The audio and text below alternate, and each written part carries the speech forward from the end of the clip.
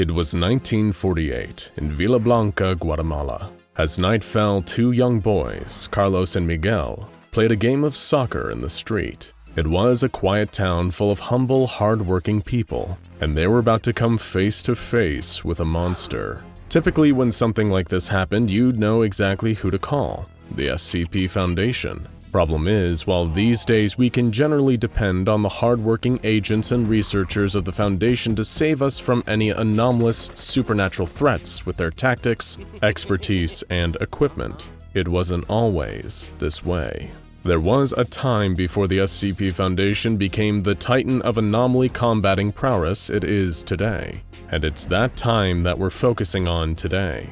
It all comes back to a strange and violent creature wandering the darkened streets of Guatemala, or as Dr. Charles Ogden Gears proposed we call it, SCP-001, the prototype. SCP-001 is a topic that we've covered in a number of videos, but even then we can never quite capture the full scope of this wily designation. What is SCP-001 is probably one of the most loaded questions you can possibly ask a member of the SCP Foundation, and it may be your last, as the majority of the files under the SCP-001 umbrella are highly classified for pretty much everyone under Level 5 clearance. 001 covers a large number of potentially anomalous items, entities, and concepts, from the dreaded Scarlet King to the awe-inspiring Gate Guardian, to the very SCP Foundation itself, through the eyes of the charmingly incompetent Unusual Incidents Unit of the FBI. Perhaps they're all real, perhaps only one of them is, and the rest are in there as a smokescreen. Perhaps they're all fake, red herrings laid down to hide the trail to something even more secretive and fantastic. All we know is that 001 seemed to be gathered around a collection of loose themes: the beginnings of the Foundation, events or entities that could end the Foundation or even the world, and key formative moments in the Foundation's history. Dr. Gear's proposal for SCP-001 lies firmly in the latter camp, and if you keep watching and listening closely, you'll see exactly why. Back to Carlos and Miguel, the pair of 11-year-olds playing football on the quiet back streets of Villablanca. They were kicking the ball back and forth when they heard a strange screeching noise in the distance. At first they thought it was some kind of injured bird, squawking desperately for help. Being good kids, they didn't waste a second running into the action, heading further into the outskirts of town. However, the creature they encountered on that rural road was certainly no bird. When they first saw it hunched over a few meters in front of them, they thought it must have been a horribly injured man. He was deadly thin, with gray-brown skin that looked either bruised or burned. It was twitching and weeping, its chest heaving in heavy labored pants. Its limbs were jerking wildly, as though the creature was being electrocuted. "Hey mister, are you okay?" Carlos called out in Spanish. In that moment, what they had wrongly thought was a man just froze up, finally registering their presence. Immediately, the two boys knew something was wrong, as the creature slowly rose to its full height, well over 6 feet, towering over the two of them, even at a distance. They noticed something was wrong with its limbs. They were too long, well out of proportion with its human-sized torso. It didn't have hands and feet, at least not in the way that humans do. Instead, its slender ankles terminated in long black spikes, and its wrists each split off into 3 equally black claws. But worst of all was its face, if you could even call what that monster had a face. Its head was split in the middle by a huge mouth. At first, its gnarly lips were pursed, but they soon slid open with a low, rumbling roar. The boys could feel their knees shaking as they saw the monster's mouth full of long, rotten fangs. Something started sliding up the dark passage of the monster's throat. A translucent, milky blue sphere. Was that thing an eye? It made the two boys feel sick to even look at it. That's when the eye started to glow, and the space around the monster began to shimmer slightly, like some kind of terrible sorcery. As the two boys felt a strange force pulling at them, trying to tug them into the creature's embrace, they were suddenly jogged from their frightened paralysis and decided to finally make a run for it. There was no doubt about what had just happened. They'd encountered a demon in the flesh, intent on taking their souls straight to hell. When the two of them told their parents, they were met at first with disbelief. 2 young boys saw something that frightened them in the dark, perhaps an animal, if anything at all, and they let their imaginations run wild. It was typical of children. However, things didn't seem quite so simple when more sightings started popping up. People all across the town of Villablanca started seeing this monster, all with matching descriptions. A huge, emaciated beast with a mouth for a face, its glowing blue eye nested inside. The natural excuses circulated at first. Perhaps the creature was a local prankster in a costume. This would be comforting to believe, but how many pranksters in costumes can completely disappear before your very eyes? The monster's eye would glow, and just like that, it would simply vanish. As fear and paranoia began spreading through the town, people suggested that perhaps it was a case of mass hysteria, fear and panic taking over rationality. But by this point, things had gotten worse. Carlos and Miguel, the 2 boys who'd first discovered the demon on the back road, had become sick. They were experiencing severe nausea, vomiting, headaches, and diarrhea. Their bodies weakened. Lesions began developing on their skin. As their conditions deteriorated, and it seemed as though nobody was capable of treating them, a rumor spread that the monster was somehow inducing this sickness. The town doctor didn't have the expertise to diagnose it, but the boys were suffering from acute radiation sickness, and they wouldn't be the only ones. Many of the people who'd reported sightings and close encounters with the monster started coming down with severe radiation sickness. To the townspeople, it just seemed to be a demon spreading some invisible plague among them, but the horrors wouldn't stop there. It seemed that this demon also liked to take a more direct approach to harming the townsfolk, because not long after the sickness broke out, people started disappearing. There were never any bodies. The most that would ever be found were tattered items of clothing left at the site of the disappearances, or blood smeared across the walls or ground. Before they knew it, 7 of their people were gone. It seemed that, for all intents and purposes, God had abandoned them. They were playthings of the demon now. Thankfully for the townsfolk who weren't yet irradiated or vanished, an organization was forming, one that might be their only chance at salvation. Someday in the future, it would become known as the SCP Foundation, but it had a lot to learn before it got there. You see, the reason that this iteration of SCP-001 is known as the prototype is that, if Dr. Gears is to be believed, it may be the first anomalous entity that they ever truly faced. So naturally, getting the creature captured and contained didn't go quite as smoothly as most of their modern jobs, despite the comparative simplicity of this old threat. General Machoy, an ex-military operator that became part of what we'll once again call the precursors to the Foundation, led a research and recovery team into Villablanca to hunt down and retrieve the beast that had been causing all this misery and death among the townsfolk. However, this proved to be easier said than done. While its bestial appearance might fool people into thinking the monster was just a mindless animal, later writings on the creature would describe it as both incredibly cunning and terrifyingly fast. When a group of armed personnel first tried to engage the creature directly, they had no idea that they were walking right into the middle of a bloodbath. They believed they had it surrounded on another rural back road, advancing with assault rifles, when the creature flipped out and started killing them. The prototype proved to have frightening offensive capabilities. Its 3 dark claws easily carved through the armor of the soldiers trying desperately to contain it. The creature moved so fast that none of them could reliably draw a bead on it, and if any of them could, it was holding their severed head before they had a chance to squeeze the trigger. But death by the creature's claws was one of the more pleasant ways it could kill its victims. At one point during an engagement with precursor troops, it opened its mouth and unveiled its glowing blue eye. At this point, one of the soldiers screamed and suddenly seemed to be sucked inside of himself, completely disappearing. The prototype's blue eye glowed again, and it once again just teleported away from the scene. A number of soldiers who survived this altercation later needed to be treated for acute radiation sickness. Researchers eventually managed to figure out what was actually happening with the creature. It had the ability to manifest micro-singularities, tiny black holes that it used to both teleport from place to place and defend itself from attacks when necessary. These singularities wouldn't stick around for long, a few seconds at most, but they had the terrifying side effect of putting out massive amounts of radiation. This is why it was making so much of the town and the recovery team sick via mere proximity.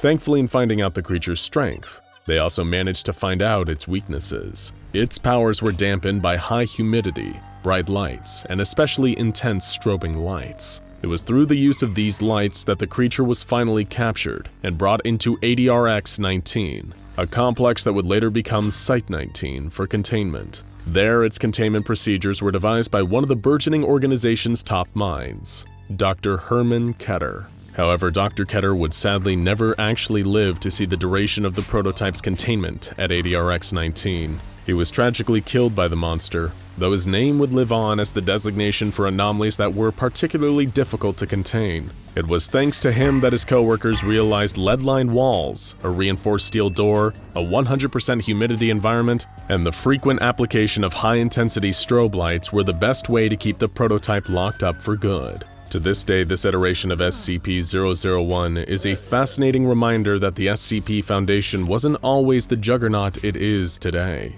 There was once a time where they had as little idea of what they were doing as the rest of us. There's no better representation of this than the file itself. It was an era before object classes and conventional designation numbers. The file is written in a sketchy, disorganized manner and arranged into item designation number, warning, description of item, detail of current containment, report, and addendum.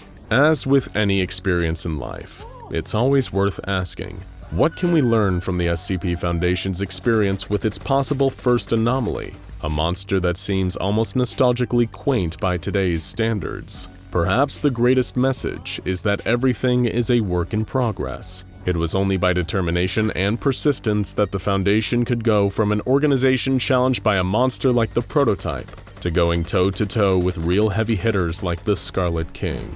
How very inspirational.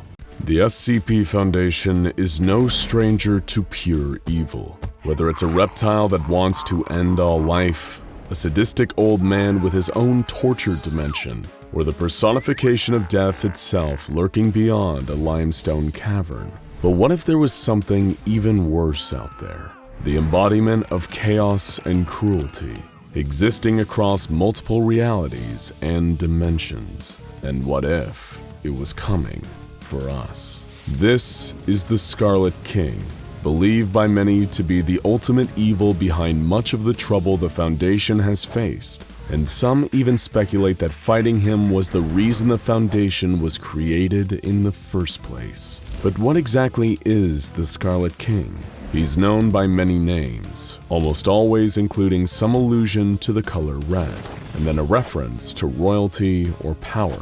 Harak, Kaharak, the Red Shah, the Crimson Khan, PTE 616 Mendez Ex Machina, the Laha Raja, and, of course, SCP-001, to name a few.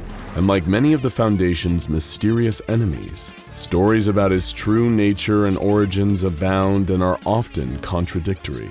According to the official SCP-001 files of Tufto's proposal, symbology of the Scarlet King has existed in multiple cultures throughout history, with the king often depicted the same way, as a huge red demonic figure, often wearing a gold crown or other headdress indicating royalty. He shows up looking similarly within different cultures' mythologies, despite existing at different points in history or them not having the means to communicate with one another.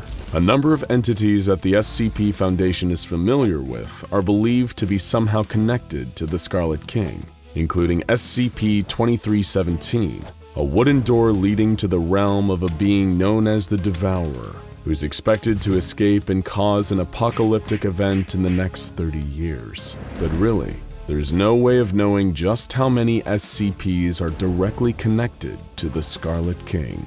Strangely, the Foundation's official file on the Scarlet King once designated his containment class as Keter, but that has since been downgraded to Safe. According to the file, any attempt to change this designation is likely to lead to horrifying results. It is widely known that the Scarlet King still has considerable influence over a number of groups, individuals, and anomalies in our universe. And if ever he made his way into our universe, it would likely lead to the irreversible damage of reality itself. So then why Safe? And why are the O5 Council so adamant that it remain that way? Getting to the bottom of this mystery is exactly why we're here today. But to fully grasp the true nature of the Scarlet King, we must first understand the man whose life and fate have always been tied to it, Dr. Robert Montauk. If that name feels oddly familiar to you, it's because of its association with one of the Scarlet King's most recent attempts to enter our reality, SCP-001. This SCP, often referred to as the Brides of the Scarlet King, was formed of 7 women. 7, by the way, being an extremely significant number for the king, all kidnapped by the most recent in a long line of the king's devoted cults known as the Children of the Scarlet King. Each of these 7 unfortunate women were impregnated with anomalous horrors, such as the infamous SCP-682, and every time one of these horrors were birthed, a catastrophe occurred and the mother died. At the time, Dr. Montauk was a prominent researcher studying this anomaly, and as 6 catastrophes had already occurred, pressure was mounting to figure out a way to prevent the final birth. But as he was working on the issue, Dr. Montauk was struck with a personal tragedy, the mysterious disappearance of his 14-year-old brother Jacob. In his fear and anger, Montauk believed that this must have something to do with the Scarlet King and his disciples. Wanting revenge, Montauk proposed an idea so horrifying that the details were never made public. A procedure known as 110 Montauk, to be performed on the final bride at regular intervals. However, this wasn't the end of Dr. Montauk's fraught relationship with the Scarlet King. It was just the beginning. To give you some perspective on just how dangerous the Scarlet King is, the SCP Foundation and the Global Occult Coalition decided to put aside their differences and form a joint effort to stamp out the children of the Scarlet King. They were successful in this mission, and even managed to capture the children's leader, a mysterious man named Depeche Spivak. Dr. Montauk, who became the lead researcher on 231 and 2317, was naturally the first choice for interviewing Depeche about the true nature of the children and of the Scarlet King. Dr. Montauk could never be the impartial interviewer that the SCP Foundation wanted, though. The suspicion that the Scarlet King or the children had something to do with the loss of his younger brother still lingered just beneath the surface. Like a lot of cult leaders, Depeche was extremely cryptic in his answers to Dr. Montauk's questioning. He'd already heard of the doctor from the reputation of the horrifying Montauk procedure, and was surprised to see him so calm and courteous in person. A few key facts about the king and his cult were revealed in the first few rounds of questioning. The children had once worked with the Serpent's Hand before being excommunicated for their allegiance to the king, and they had stolen sacred texts from the mystical Wanderer's Library to assist in their summoning rituals. Depeche also revealed that the Scarlet King is bound by 3 laws: the law of blood, the law of concrete, and the law of howling. Dr. Montauk, confused and frustrated by Depeche's secrecy, had to learn more. He found an old memoir from a former member of the Children of the Scarlet King, Jack Hirsch, who had the ability to invade the minds of people from the past and experience what they experienced. He recounted a battle between the Scarlet King and his followers, and a group of time-traveling Turkmen warriors from SCP-3838. Hurst saw both sides of the battle. From the perspective of the Children of the Scarlet King, their lord ruled over them from an immense fortress embedded in a volcano. From the perspective of the Turkmen, the children were starved and beaten peasants, commanded by the king's voice in the roaring howl of the wind. Montauk also found extensive records of summoning rituals performed by various Scarlet King-aligned cults. Interestingly, some of them incorporated the use of carved SCP Foundation symbols. What could this mean? Montauk returned again to Depeche, who finally gave him the truth about the law of blood. This is the law of the Scarlet King. It's defined by poverty, violence, starvation, hate, and most of all, fear. Like the serfs in the Middle Ages, persecuted by and subjected to violence from the nobles. To the Children of the Scarlet King, this sense of holy pain and awe is the only way to live. The alternative is the law of concrete, which means the modern age defined by empty safety and false comfort. Buildings, easy to access food, healthcare, knowledge, technology, This is everything that the Scarlet King despises. But the mystery only deepened as Montauk found files from a former Foundation operative by the name of Agent de Beauvoir. Montauk learned that the Scarlet King didn't seem to appear until after the Foundation was created. And in fact, it seemed that the greater interest the Foundation took in the Scarlet King, the more powerful he became. How could this be? Things were also getting stranger on a personal level for Dr. Montauk. Depeche repeatedly pressed him about his brother's disappearance and the Montauk procedure during the interviews. Little by little, it was beginning to take its toll. The questions still plagued him. What was the law of howling? Who or what really is the Scarlet King? How did he come to be? Montauk's search was causing him to act more like the children of the Scarlet King, ranting about the horrors of the modern world, how all of us are living a lie, how the only honest way to live is suffering under the dominion of the Scarlet King. This philosophy is summed up in the words of one cultist named Are The Cartwright, who said, "We must learn what it is to die, to be enslaved, truly, brutally enslaved, with no compassion or compunction from our masters. We must learn what it is to be taken towards a single purpose, to know and truly understand our lack of agency. We must be beholden to the words of gods and darkness, the tempest-tossed refuse of a race of fools. We must kill modernity, postmodernity, with all its analysis and sneering observation. There is only one rule, the rule of chaos, for humanity, for life, for the Scarlet King." Basically, anytime humanity tries to exert control over the world, the Scarlet King gets stronger. Every time they try to understand or organize or categorize their world, the Scarlet King gets stronger. As colonial and imperial powers conquered and invaded lands like India, Africa, and South America, and subjugated their beliefs under Western ideas, the Scarlet King grew stronger. Montauk was beginning to truly understand the power of his enemy here, and even worse, he was starting to understand his part in it.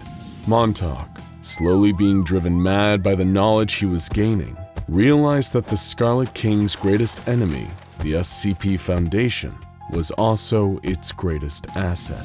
Every time they tried to understand the monster, to give him some kind of comprehensible form, they only made him more powerful.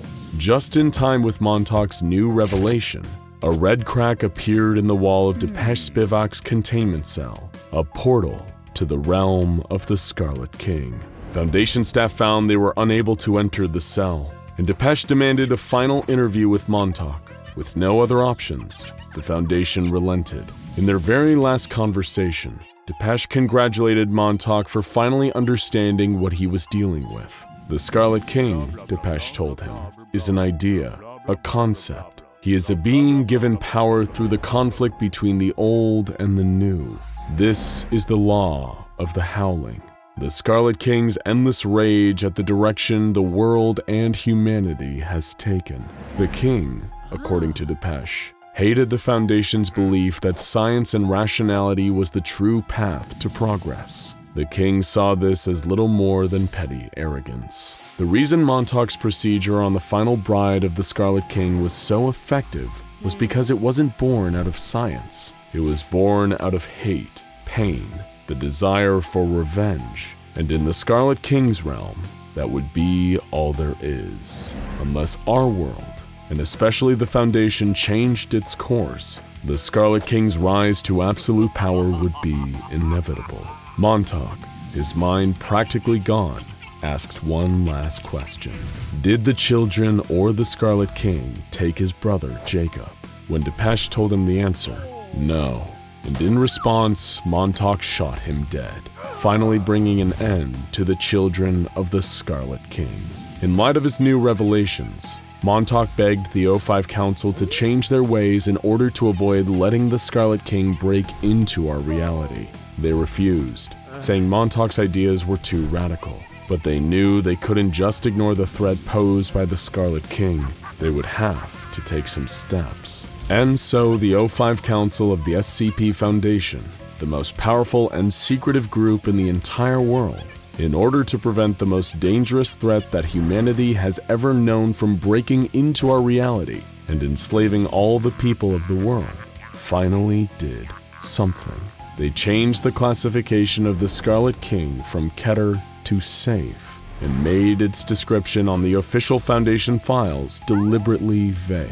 The O5 Council thinks this will be enough to stop the Scarlet King's power from continuing to grow, but Montauk knew it wasn't enough. He had seen the truth, and he couldn't unsee it. While the Foundation was going on as normal, Montauk grew to despise them. He knew the Scarlet King was coming. He knew that he couldn't be stopped, and that our whole reality was little more than sitting ducks. Dr. Robert Montauk is no longer a researcher for the SCP Foundation. No, Dr. Robert Montauk chose a different path. He's now a child of the Scarlet King, a devotee of madness, hate, and chaos. You can't beat the Scarlet King after all, and as the old adage goes, if you can't beat him, join him. Researcher Martin pushed the deck against the door, hoping it would hold long enough for him to find an alternate escape route. He wasn't thinking about the long term. He couldn't afford to. With the Foundation's global reach, he'd never truly escape them, never be able to make it away, condemned to spend the rest of his life on the run from the organization he'd devoted his life to. It was too overwhelming to even attempt to reckon with that, especially with the pounding of a fist against the door. He scrabbled around, opening windows to try and see if there was a safe way down. Technically, none of this was his fault, at least in his mind. The administrative login information he'd used to access the file shouldn't have been left so easy to find. That was just poor cybersecurity on the Foundation's part. Researcher Martin had been tasked with compiling information on SCP-001, one of the most infamous anomalies ever encountered in the Foundation's long and storied history, or multiple of them at least. What Martin had come to learn was there were numerous entities within the Foundation's files that all acted as proposals for SCP-001. Some were creatures, the typical kind of anomalous entities the Foundation dealt with on a regular basis, but some of the proposals focused on more abstract anomalies, and somehow, those were more existentially terrifying than any evil godlike being bent on destroying reality. Theories about the very source of anomalies themselves, that their very existence might have been predetermined by some otherworldly force. Then there were the other proposals that named parts of the Foundation as the true SCP-001. Those seemed to suck Researcher Martin in like a vortex, dragging him down a deep, dark rabbit hole that made him start to question everything he thought he knew about working for the SCP Foundation, and the one that had toppled him into a full-blown conspiracy-obsessed stupor that there was no coming back from, the Noir Box proposal. The weighted head of a battering ram splintered the wooden surface of the door, spraying fragments over the room. The table propped up to keep it shut toppled under the force of the entry as a squad of shadowy figures in full black combat gear rushed inside. The mobile task force surrounded the cowering researcher, keeping their weapons trained on him. Researcher Martin, pleading for his life, started gesturing to the walls of the room around him that had been plastered with hastily scrawled diagrams and equations. Martin tried desperately to find some concise, easy-to-understand way of explaining to the soldiers what he'd uncovered. They only picked up on a few words like many worlds hypothesis and splitting universes, but ultimately they didn't follow what he was saying and weren't sent there to hear him out. All the MTF had been told was that Researcher Martin had breached Foundation security and now posed a risk of exposing sensitive information about SCP-001. There was only one path of recourse: termination. However, unbeknownst to them, Dr. Martin was fine. At least a version of him was. One who never learned about the Noir Box proposal for SCP-001 and hadn't gone mad trying to unravel its mysteries. Instead, he was a respected higher-ranking member of the Foundation who was alive and well, in a completely different timeline.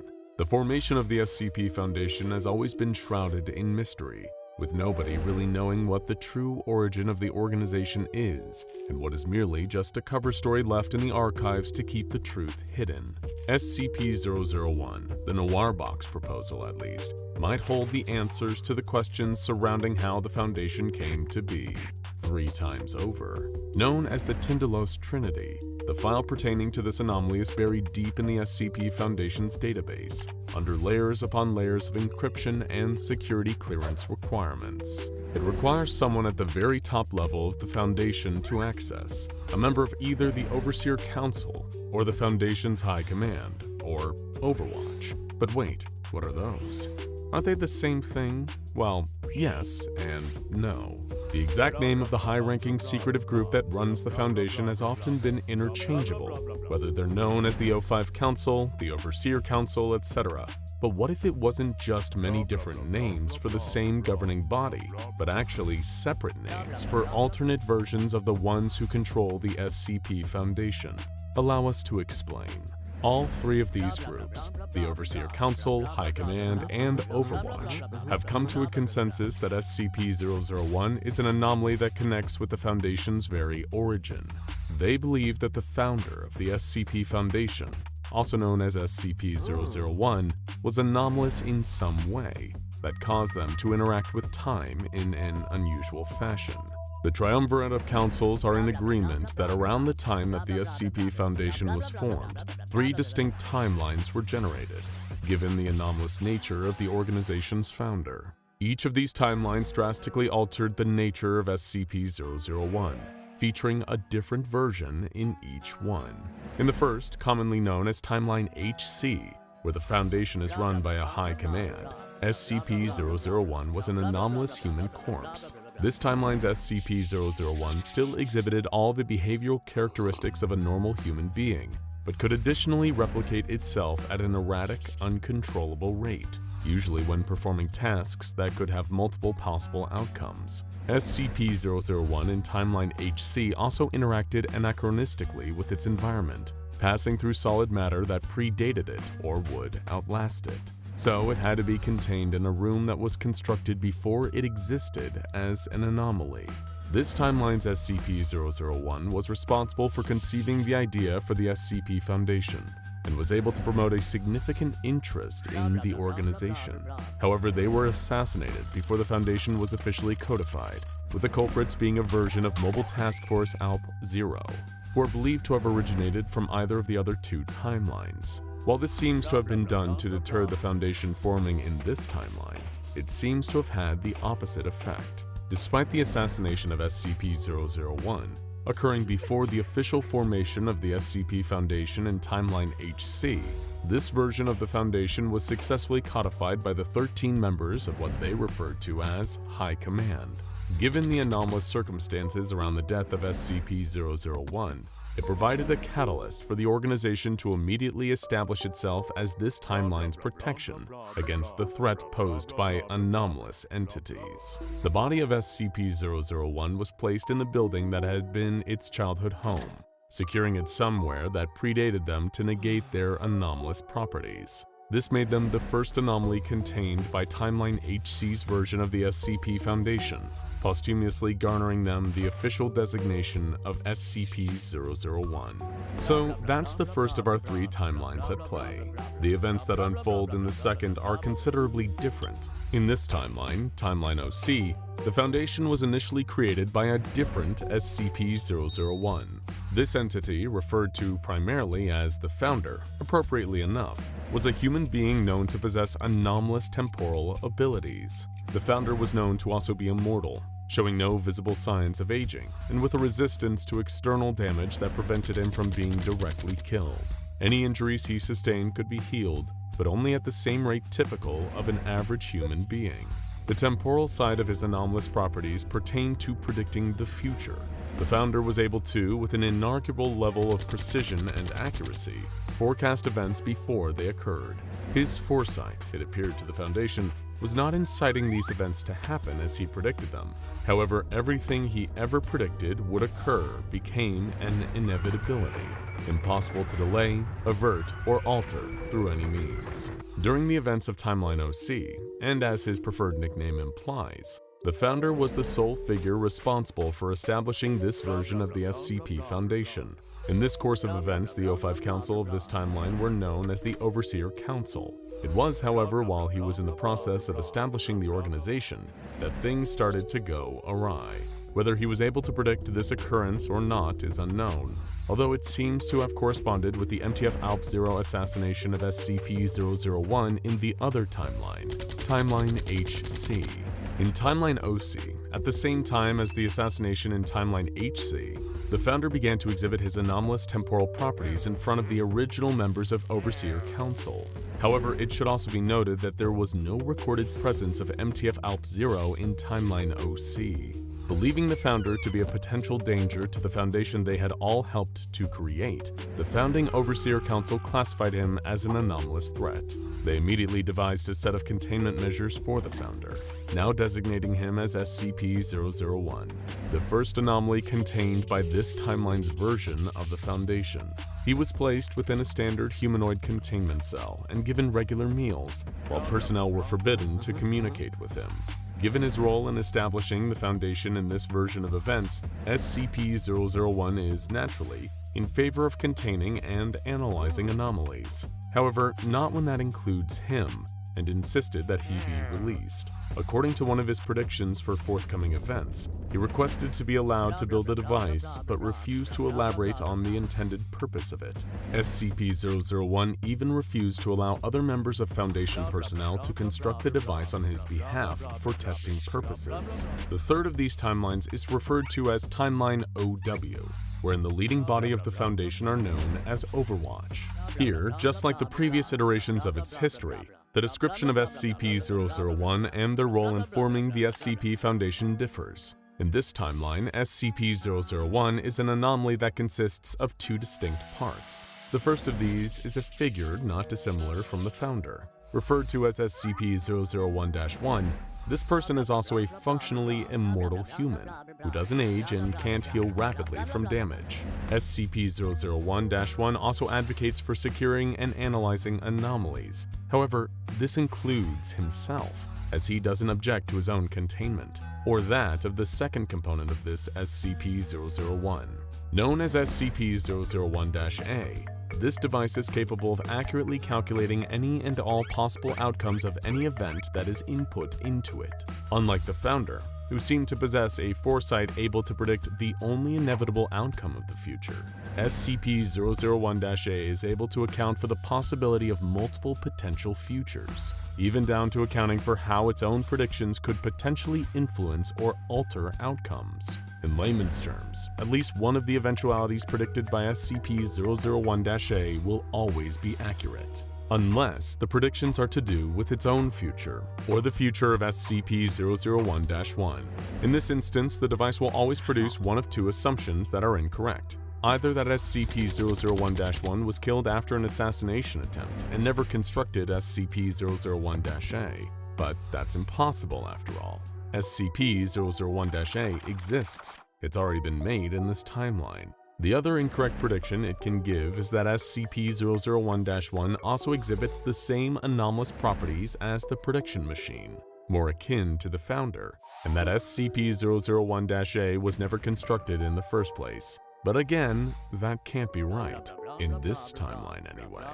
According to records within Timeline OW, their version of the founder, who is of course SCP-001-1, encountered a version of Mobile Task Force ALP-0 from one of the other timelines. They presented the founder of the OW timeline with detailed blueprints for the construction of SCP-001-A. The device's completion coincided with the assassination in Timeline HC, and the corresponding anomalous incident in Timeline OC. After this point, MTF-ALP-0 departs from Timeline OW. This version of the SCP Foundation is then created to study the device, SCP-001-A, with this founder and a group of his close friends, who would become this Foundation's Overwatch. Following this initial research group's discovery of other anomalous phenomenon that threatened the rest of society, the team's goal expanded to research anomalies and protect the world from the danger they posed. However, the rest of the Overwatch began to age at a natural rate. While the founder didn't recognize this, he volunteered to be contained and studied, thus becoming a component of this timeline's SCP-001. Stepping back and looking at all of these timelines, there seems to be a number of marked similarities, particularly relating to how the Foundation was established and how a figure, usually the one who founded the organization, possessed anomalous means of interacting with time and temporality. Under normal circumstances, interaction between alternate timelines should be impossible. But the preservation of information about all three on the SCP Foundation's database has somehow enabled all three timelines to communicate with each other. Through exchanging intelligence via their own versions of the database, all three iterations of the Foundation across the three timelines have learned that almost all of the anomalies they have encountered since being established are exclusive to their own timeline.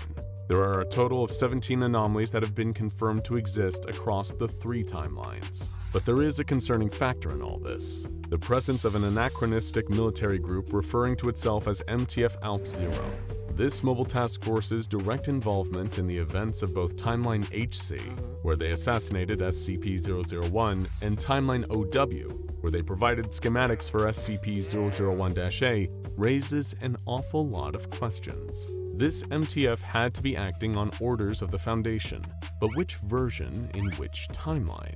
The consensus among the leading committees of all three, the High Command, Overseer Council, and Overwatch, is that at some unknown date in the future, each of them will inevitably send their own version of MTF-ALP-0 back in time to alter the Foundation's past. And in a sense, they've already done it, and seen how this altered the circumstances in order to inadvertently create the Foundation. But this poses the risk of one of these timelines overriding another, thus meaning all information garnered by alternate iterations of the Foundation could be lost. So, putting their heads together, these Foundation leading committees come to the conclusion that they need to attempt to merge all three timelines. And it seems the way to do so is using the device that Timeline OC's founder wanted to build, and that Timeline OW's founder was able to construct. This device is how this proposal for SCP-001 was given its nickname, the Noir Box. The intention of the Noir Box is to shunt all three timelines into a stable joint path, like turning loose strands into a single length of twine. As such, the leading committees of all three different timelines have agreed to share their intel on how each of them can safely create their own Noir Boxes, and all three will be used to merge the timelines. Every member of High Command, the Overseer Council, and Overwatch sign off on it, but whether or not the plan works is another matter. The fabric of time is delicate, and one wrong move could tear everything apart. The SCP Foundation has faced a number of wide, potentially apocalyptic threats in its mission to uphold normalcy and save humanity. We know the SCP Foundation could be ruthless in this mission. The events of SCP-5000 before Agent Pietro restarted the universe show what happens when the Foundation is pushed to its final decisions regarding normalcy being upheld. In SCP-5000, it seemed that the SCP Foundation decided to cease research further into the anomaly they needed to neutralize. But what would have happened if they didn't? In any case, we know the SCP Foundation is dedicated to normalcy and the containment of the anomalous. But what happens when the SCP Foundation is faced with a dire decision: uphold normalcy or destroy their universe? The multiverse is a concept in science fiction that has gained mass amounts of popularity over recent years, especially recently thanks to a certain wall crawlers movie. Multiverses are parallel universes that are similar or extremely different from the main ones. Scientists have pondered over the existence of a multiverse for hundreds of years, with the most popular being the many worlds interpretation, a theory of quantum mechanics that states there are many worlds that exist in parallel at the same space and time as our own. Some interpretations even state that every decision a person makes causes a branch in reality where the person made the other decision. We're familiar with the SCP Foundation's run-ins with the multiverse, from SCP-2935-0 Death, a cave that allows the Wanderer to enter a parallel dimension that's fully and completely dead, only for the same thing to happen to their own world once they return through the cave, or SCP-1437, a hole that allows the Foundation to send, receive, and read parallel dimensional documentation from other multiversal SCP Foundations. Combine those two concepts with an SCP-001 proposal. The importance of an SCP-001 proposal is not lost on the Foundation. Researchers of the SCP Foundation saved the SCP-001 slot for only the most dangerous, apocalyptic, or widespread anomalies that could affect the Foundation itself, humanity, and normalcy. PALLIT.AIC's SCP-001 proposal and the research within its file found the answer to the question we posed above. When the SCP Foundation is faced with a dire decision, do they uphold normalcy or destroy their universe and all the people who live in it? The file begins somewhat different from what we're used to with SCP Foundation files. Instead of an item number or containment procedures, we begin with a yellow notice from the Records and Information Security Administration, or RAISA for short. The notice states that the following file was received in 2026 from Dimension R42. Is Dimension R42 potentially the cause of SCP-001? Could they be attacking this version of the SCP Foundation? The notice continues with a description of the file that follows it. It states the file below describes an anomaly threatening all members of humankind in all of the multiverse. This file had been emitted to this version of the SCP Foundation for 8 minutes as an extremely dangerous cognitohazard, classified as a Class 5 cognitohazard capable of easily destabilizing and penetrating this universe. However, it was found to not be dangerous, only reading as a danger level 0. While this Foundation was unable to quickly counteract this cognitohazard, it appeared to not pose a threat to the affected universe's humankind. Part of this notice is crossed out, indicating that it is no longer true. There is a high threat of repeated cognitohazardous or other forms of attack from Dimension R42. Instead, this part has been replaced with the following fact.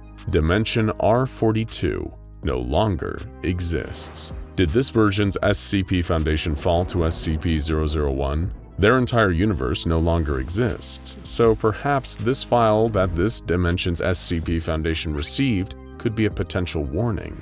Under this RAISA notice, the reader is not greeted with the standard Foundation documentation yet again. Instead, it seems that the original senders of this file left a note for the readers of this file. It says, "Greetings. You are reading this dossier in a paradimension of the relict dimension R42.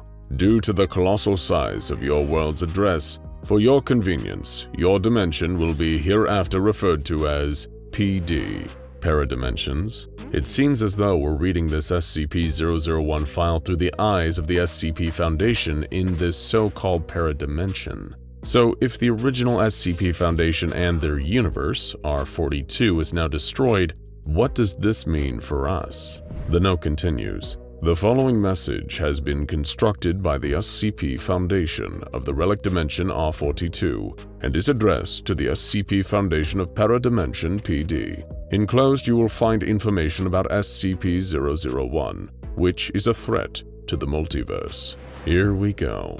SCP-001 is definitely the cause of R42's destruction. But how can we be so sure of this? Maybe SCP-001 caused the Foundation to destroy their universe. The note also includes the following statement. As you may have noticed, this message was preceded by a burst signal containing a non-dangerous cognitohazard. The burst signal was constructed in such a way that minimal change to the signal would have caused indiscriminate and overwhelming casualties among the denizens of PD. As you can see, R42 is capable of eliminating the absolute majority of PD denizens, but has not exercised this capability. In the context above, we ask you to consider this action not as an act of aggression, but as a demonstration of the fact that R42 has no pretension for conquest or other forms of aggression towards PD. Take the following information in earnest. Well, at least this version of the SCP Foundation is being somewhat friendly with the paradimension. If R42's SCP Foundation needs to quell this multiversal threat though, why are they leaving it up to an SCP Foundation that may not be so inclined? The SCP-001 file begins with the object class, This anomaly is of the joint class of Paradox Apollyon. We know from SCP-001 When Day Breaks, or SCP-3999, that Apollyon-class anomalies are extremely dangerous, posing an immediate and almost unstoppable threat to normalcy, the SCP Foundation, all of humanity, or even the universe itself. The paradox part is interesting. What exactly is paradoxical about an Apollyon-class anomaly? A footnote explains this for us. This anomaly's distinguishing feature is that, in order to eliminate the anomaly that will inevitably eliminate mankind, it is imperative to eliminate mankind, or release another K-class event. Oh boy. It seems that the SCP Foundation of R42 was not eliminated by SCP-001. They eliminated themselves to contain SCP-001. Is this paradimension faced with this decision now?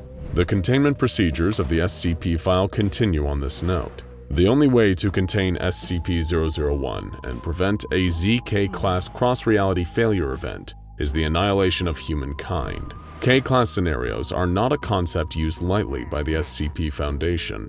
We're familiar with the Omega K-class scenario when we are completely rid of death, or XK-class end-of-the-world scenarios, so we know the danger these anomalies hold to humankind, normalcy, and the world. The SCP Foundation will do anything to prevent these scenarios from occurring, apparently even including the elimination of all humankind or entire universes. The description goes more in depth on the SCP-001 anomaly. SCP-001 consists of all living members of the Homo sapiens species living within Dimension R42 and the Paradimension, or PD for short. It seems as though this anomaly was created out of a mistake from Dimension R42 and PD. As the description states, the anomaly first came into existence and developed in the relic Dimension R42 and later activated in PD by accident. How could this have happened? Are these dimensions linked much more closely than we first thought?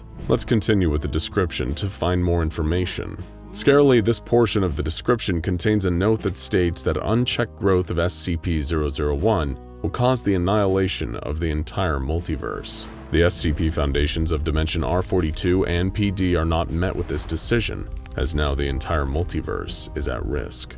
The R42 SCP Foundation has done immense research on the topic of the multiverse of their universe. After the Big Bang, a finite number of universes were created, only 57 to be exact. However, only one dimension was able to form humanity, Dimension R42, and it's unknown why this happened. But all we know is that with the destruction of R42 and the potential annihilation of PD, humanity will cease to exist in the multiverse. The danger of SCP-001 is that it has the anomalous capability for wide-scale replication of paradimensions. We are reading this article from one of these paradimensions, so this SCP Foundation is technically an anomaly that must contain itself. A paradimension is defined as a parallel reality that has an extremely small deviation from its parent dimension. In this case, PD is a paradimension of R42. It seems that these paradimensions form as a result of human decision-making.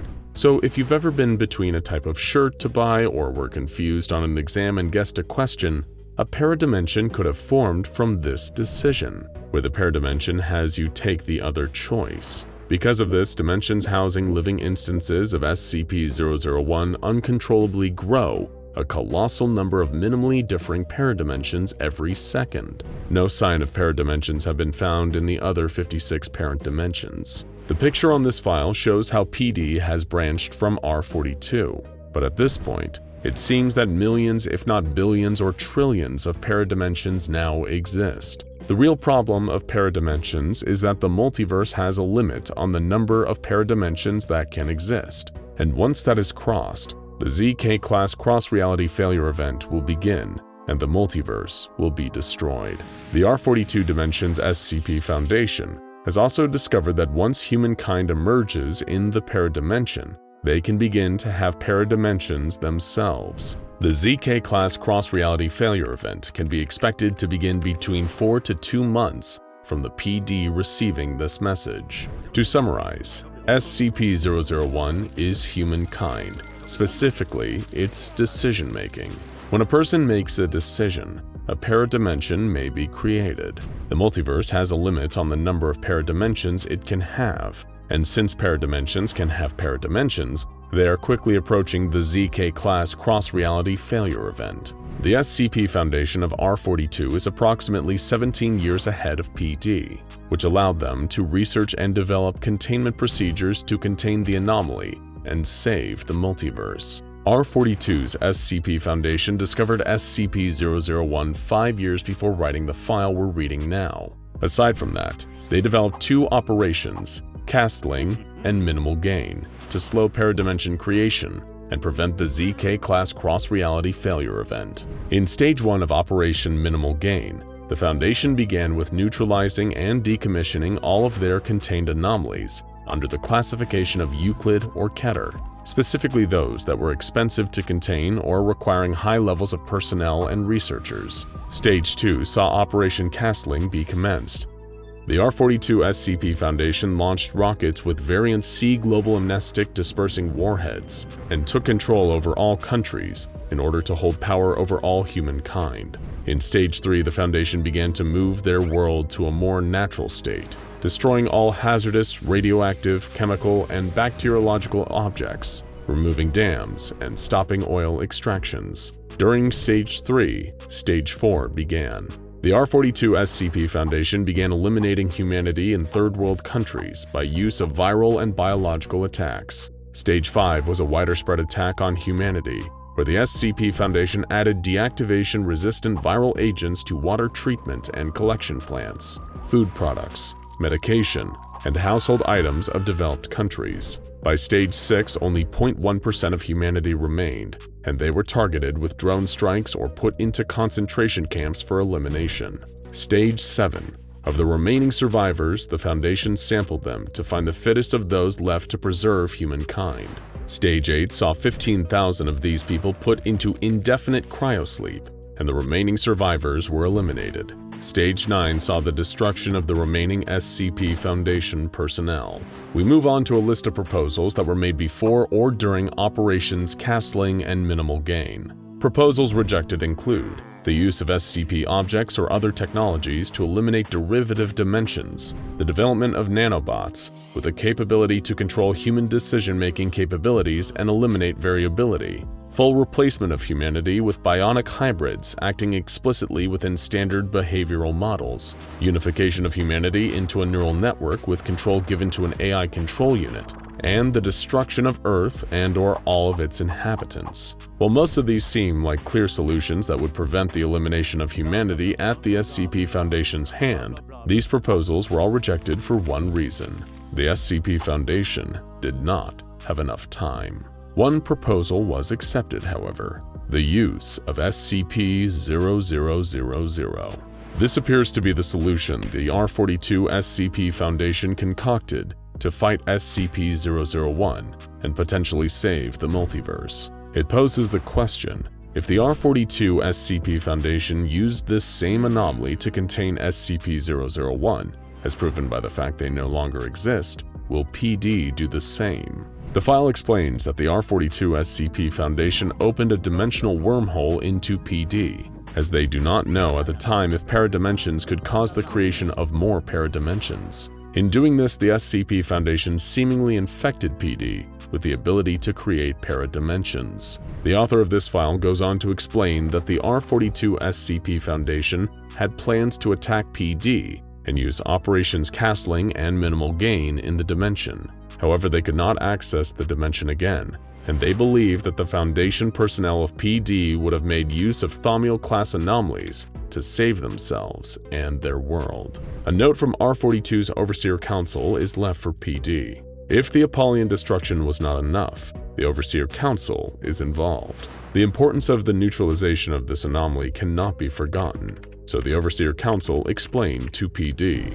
The world has existed before us and must remain after us. Our multiverse is ill, and the name of the illness is humanity, SCP-001. The only way out is SCP-0000. Will cease to become a threat with its help. It is in our power to leave a chance for other sapient species that, perhaps, will not be affected by the same anomaly, or will find a way to get rid of it before it's too late. We, the O5 Council, and other survivors from R42 have chosen our fate. We hope you will do the same. What is this SCP-0000? How did the SCP Foundation of R42 find this solution? The file for SCP-0000 is placed within this SCP-001 file. SCP-0000 is a paradox thaumiel class anomaly without any containment procedures. SCP-0000 is a device that, once activated, will destroy the universe it was activated in. It will also destroy all paradimensions that are not creating other paradimensions. As such, PD would not be destroyed. However, the billions or trillions of other paradimensions the R42 parent dimension created will be destroyed. PD is left with the harrowing decision to continue living or destroy itself to save the rest of the multiverse. In the file, a note from R42's Joan Simpson is written for an SCP Foundation Overseer, 05-1. As part of Operations Castling and Minimal Gain, the remaining Foundation employees were allowed one family member to uphold morale. Joan is not writing for R42's 05-1. Instead, she's writing for PD's 05-1, this dimension's version of her father. She begins with wondering whether she can call this version of 05-1 her father, as her version of her father recently passed away. She remembers the day the Foundation employees were allowed to choose that one family member they would save for the time being. Her father was opposed to allowing two family members, as he claimed it would cause unnecessary stress and schisms among the remaining few hundred Foundation staff. 05-1 chose to have Joan over her mother, and she understood everything by the look in his eyes, and grew angry, but that feeling is long gone now. She began to work with her father and the remaining Foundation personnel that called themselves hostages behind the backs of those higher up the ranks. On days she felt sad, Joan and her father would go up to the surface of the earth in hazmat suits, sitting on the grass and watching over the empty city at the bottom of the mountain. No humanity remained, with the only life she could see being birds. Her father promised her that they'd return there and build a giant monument to humanity at the center of the city. She knew this was a lie. Joan remembers when someone proposed that they should open a portal, the one that opened to PD. This was their fatal mistake, as after that the paradimension began replicating paradimensions. The countdown went down to months again, and the promise he made to his daughter became impossible. 05-1 died and left the position vacant. Joan says to the PD's 05-1 that she doesn't care whether they destroy their world or not, or whether the universe will continue to exist, or if there will be new life in it. Her world was crushed long ago. The note also reads the following: "It's good that this message is encrypted with your key that was passed on to me, or these lines would have been deleted. Everyone wants to save the world, but who needs it like this? Empty and cold, without those to appreciate its beauty, without humanity. Do whatever you think is right. I truly feel better now. Love you. Faithfully yours, Joan Simpson."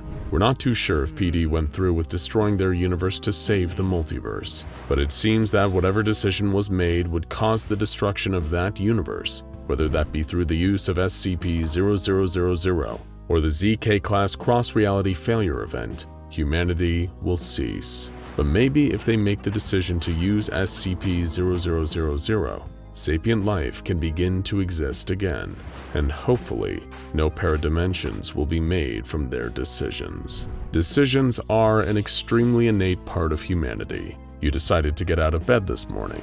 You decided to open up your computer or phone, and you decided to watch this video. Who knows the amount of paradimensions we may have created today? But in our world, we're not at risk. But in the SCP Foundation's universe, anything can be anomalous, even humanity.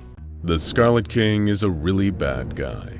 He's a giant interdimensional nightmare god, intent on breaching our reality and wreaking terrible havoc on everything we know and love. He's been responsible for untold suffering and chaos across countless worlds, timelines, and layers of reality. To many, he's even somewhat of a final boss to the SCP Foundation. And just when you think he couldn't get any worse, it turns out that he's also a deadbeat dad. Not only did the Scarlet King once have a cult literally named the Children of the Scarlet King, before it was destroyed by Dr. Montauk and the SCP Foundation, he also had at least 7 actual children. Each one is speculated to be a powerful anomaly, but it's tough to find concrete answers as to who or what exactly most of them are. So today we're putting on our researcher hats and digging deep into the Foundation's lore to present our theories on the potential progeny of the SCP Foundation's greatest enemy. And if nothing else, we may finally be able to get this Dark Lord of all evil to start paying all the child support he probably owes by now. First, if you're not well versed in Scarlet King lore, you may be wondering, how exactly does an evil chaos god have kids? Is there a Scarlet Queen out there who prefers to stay out of the limelight? The answer isn't quite that simple, and it has everything to do with SCP-231 and Big Red's most devoted cult, the non-biological children of the Scarlet King. They kidnapped a group of 7 girls and performed a number of dark rituals that resulted in them becoming vessels for the Scarlet King's 7 terrible kids. These 7 girls have become known as SCP-231. Anyone who accesses those files, and trust us, they aren't a pretty sight, will find that the containment procedures mostly involve performing the infamous Montauk procedure on the surviving girls to keep them from giving birth. 6 of the 7 brides have given birth to nightmares beyond comprehension and are now dead, with only one still remaining successfully contained. But here at the SCP Foundation, you need to learn to comprehend the incomprehensible. According to a classified document, SCP-231 may technically be a neutralized anomaly without us even knowing. And incidentally, this gives us our most certain answer on the Children of the Scarlet King. On this one, the apple fell very, very far from the tree. According to the secret document, SCP-999, that's right, the adorable Tickle monster, is the 7th child of the Scarlet King. He must be so disappointed that everyone's favorite little blob didn't want to join the family business of absolute evil. For anyone who doesn't know, SCP-999 is a slimy yellow entity that only seems capable of absolute compassion.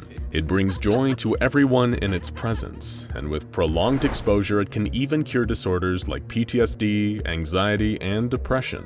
He's so good at this that he even cured SCP-231-7, his de facto mother, of her trauma, and allowed her to return happily to her family after some amnestic treatment. The Scarlet King has another good reason to be ashamed of his cheerful, blobby son. Ancient Dividi prophecy dictates that SCP-999 may someday become so powerful that his force of absolute love and good overwhelms the Scarlet King's evil and chaos.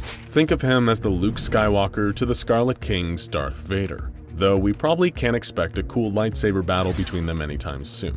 How disappointing. So if SCP-999 is the quiet, sensitive black sheep of the Scarlet family, who's the golden child who makes his evil father proud? The real chip off the old block? That would be our dear reptilian friend, SCP-682, the malicious lizard heavily implied to be a child of the Scarlet King. If you know literally anything about 682, your reaction to finding out that he's the spawn of cruelty personified is probably, yeah, that makes sense.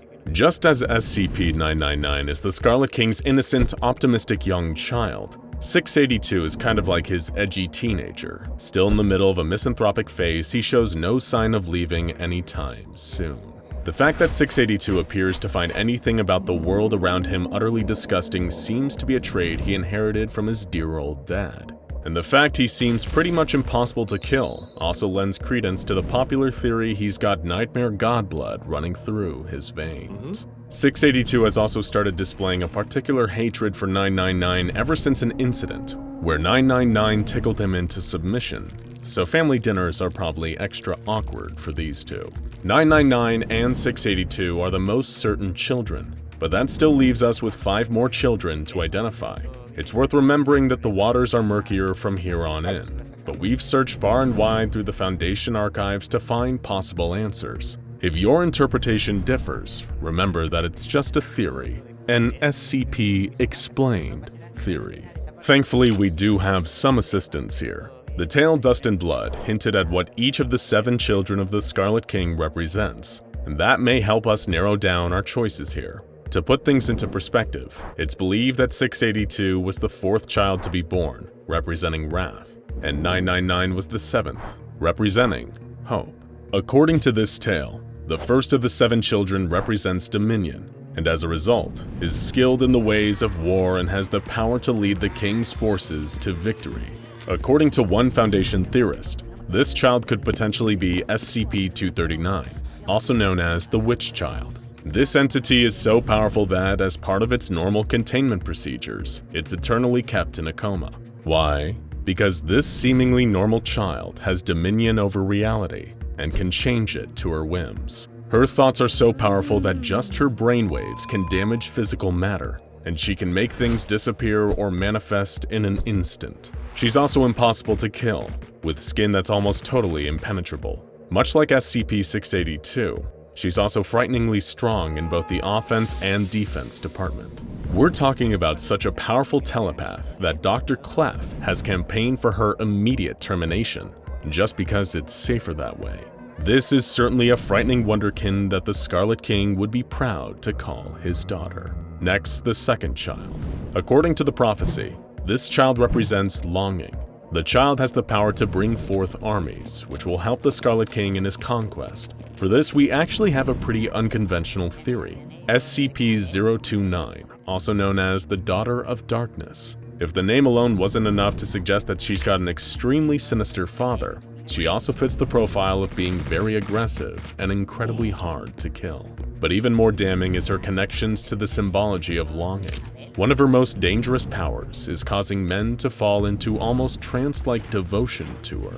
After spending time around her, they're suddenly willing to murder in her honor, strangling their victims in hopes of raising Kali, the Hindu god of destruction, whom has many similarities to the Scarlet King. She certainly fits the bill of someone capable of raising armies in the Dark Lord's name. One strike against our Scarlet King connection theory is that the file states the Daughter of Darkness was first discovered in India, which wouldn't match up with the other information we know to be fact. However, while this is a long shot, given the sensitive nature of everything involving the Scarlet King, it's extremely possible that false information was supplied to bury the connection. Considering the cover-ups and lies involving anomalies like SCP-1000, this certainly isn't an unprecedented move on the part of the Foundation. Next, the 3rd child. This child is associated with all things desolation, implying destruction, fire, ashes, pestilence, and death across the battlefield. When it comes to spreading destruction and death on a mass scale, one particular SCP comes to mind: SCP-058, the Heart of Darkness. This creature has Scarlet King written all over it. It's evil, it's mysterious, it's pretty much impossible to kill, and it causes mass casualties every time it escapes its containment chamber. It causes fires, whips people to death with its razor-sharp tendrils, and sprays highly corrosive acid from its scorpion-like tail. And it's even red. Given that we know for a fact this entity suddenly emerged out of something that's now been expunged from the records in an undisclosed site, it's extremely possible that the entity 058 came from was SCP-231-3. This is a child that the Scarlet King would definitely be proud of, given that it's impossible to reason with and feels solely motivated by causing destruction, misery, and chaos. We can't think of an entity that better suits the desolation moniker than SCP-058. Next, skipping past SCP-682 at number 4, the 5th child of the Scarlet King is associated with the loose concept of lack. The prophecy then goes into more detail, saying that this child is powerful in the ways of magic and is able to use their abilities to cause great destruction. Here we have another unconventional proposal. What if child number 5 wasn't actually a child, but children? That's because we think this description perfectly fits SCP-1765, the nightmarish reality warping sisters, who we think may actually be triplets of the Scarlet King's 5th bride. Now hear us out. These are actually some of the most powerful enemies the Foundation has ever attempted to contain, and we know nothing about their past before being bound to a few objects by the Serpent's hand. These sadistic reality warpers are so devastatingly powerful that the only action the Foundation can take against them is letting them have free reign over the containment site they currently inhabit. All the Foundation can do is hope they never get bored of tormenting the people inside. As we all know, the Scarlet King despises science, progress, and order. So perhaps a perfect punishment for the Foundation in his many eyes is giving them a taste of their own medicine. The Sisters, though particularly their ringleader, are a perverse shadow of the Foundation's love of the scientific method. They take these methods and use them for an activity that the Scarlet King finds much more enjoyable: tormenting and killing people. Whenever these crafty triplets set their mind to it, their horrifically powerful magic is able to cause massive devastation, just like the prophecy for the fifth bride's offspring dictates. And finally, the sixth child of the Scarlet King. The concept associated with this one is hidden, meaning it can change its face and walk unnoticed through creation. It's also said to have the responsibility of opening the ways between worlds and allowing the war to end all wars to first begin. There have been a huge number of guesses for this spot, with some even suggesting SCP-055, the anti-meme. But since we're having fun here, we also want to make an even wilder suggestion. We posit that the sixth child of the Scarlet King is Allison Chow, also known as LS and the Black Queen, the most powerful member of the Serpent's Hand. We get it, we have a lot of explaining to do, but hear us out. Allison Chow is a member of the Serpent's Hand, or technically many members. Multiple versions of her exist across parallel dimensions in the SCP multiverse. They're mostly all estranged daughters of Foundation researcher Dr. Charles Gears.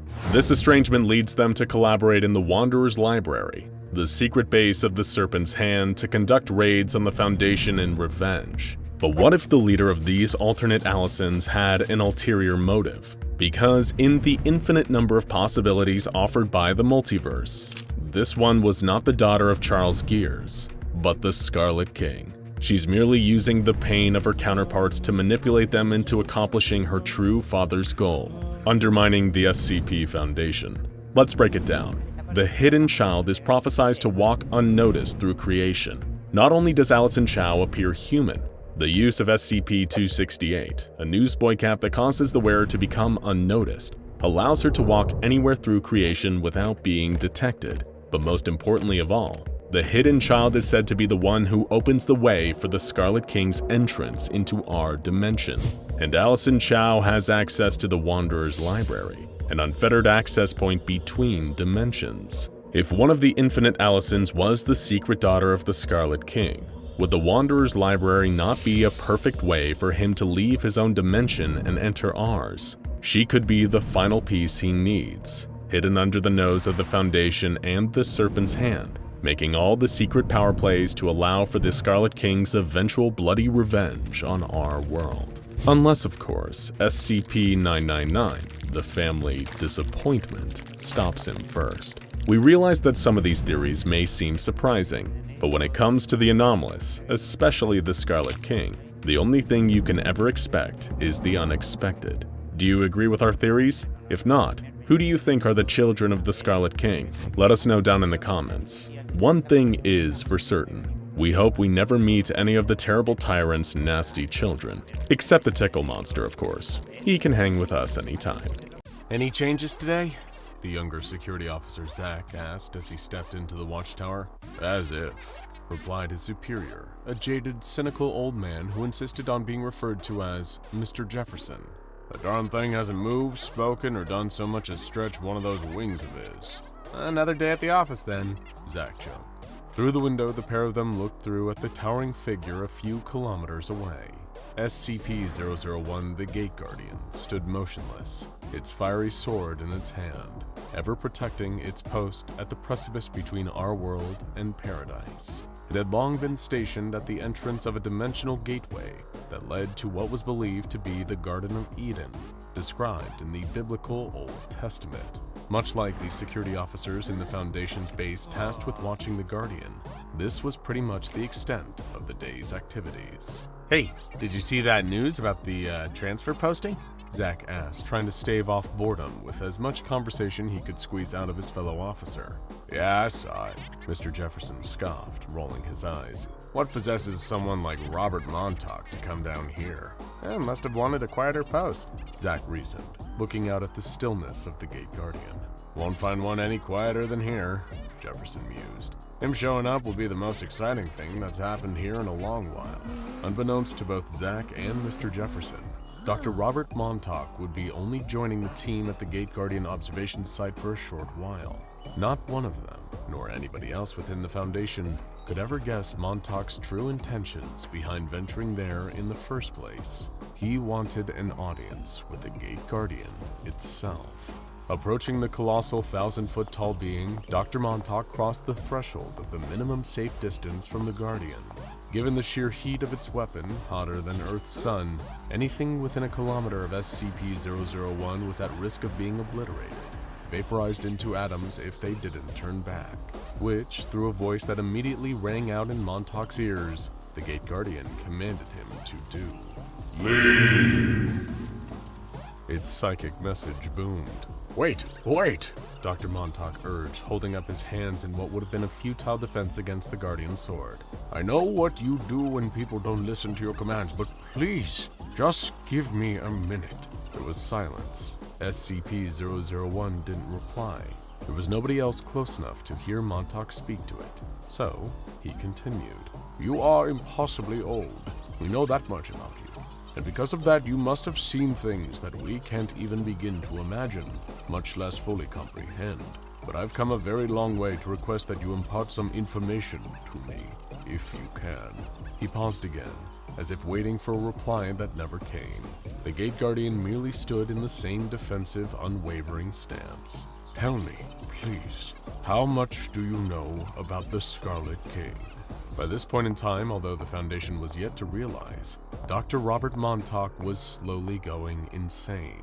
His investigations into an anomalous entity known as the Scarlet King were gradually corrupting him, as he tried relentlessly to quantify exactly what this entity was and how great of a threat it posed. Little did Montauk realize that, in trying so hard to define and comprehend the being, he was inadvertently fueling its power. The Scarlet King was an interdimensional warmonger, an embodiment of hatred and chaos, and Dr. Robert Montauk was slowly falling under the King's influence. Upon hearing the tiny human figure utter his question, the immense Gate Guardian rebutted with another single-word psychic command, one it had never been recorded giving before. Witness! As if his increasing instability and the creeping influence of the Scarlet King hadn't made Montauk feel bad enough, he instantly felt sick. There was a searing pain behind his eyes, like he was staring directly at the sun, accompanied by a nausea that made his head spin. It took a moment of enduring the horrific sensation before he realized what was happening. The Guardian was trying to show him something.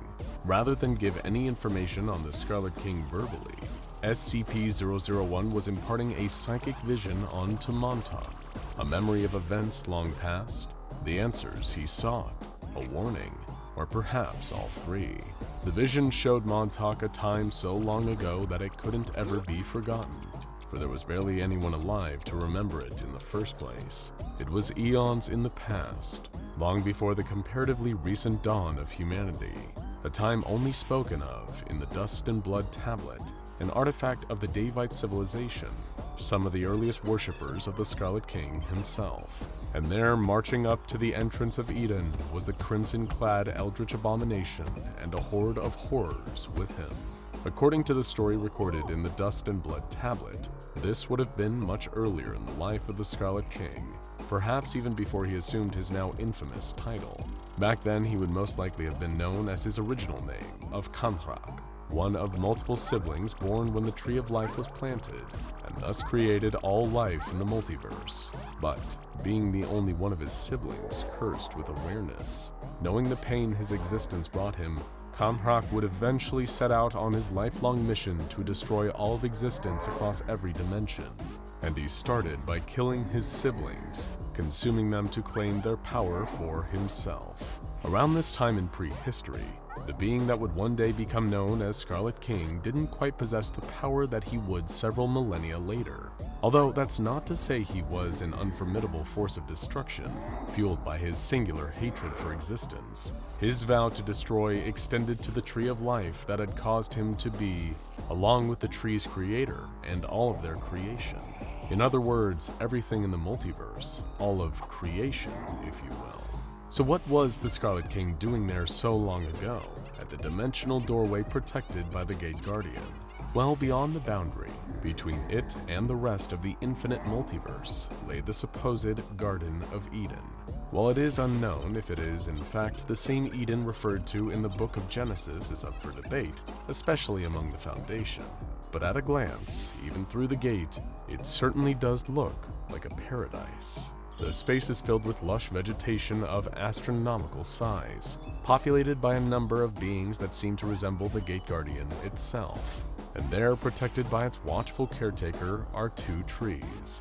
One is thought to be the Tree of Knowledge, that Eve was tricked into eating an apple from during the Book of Genesis.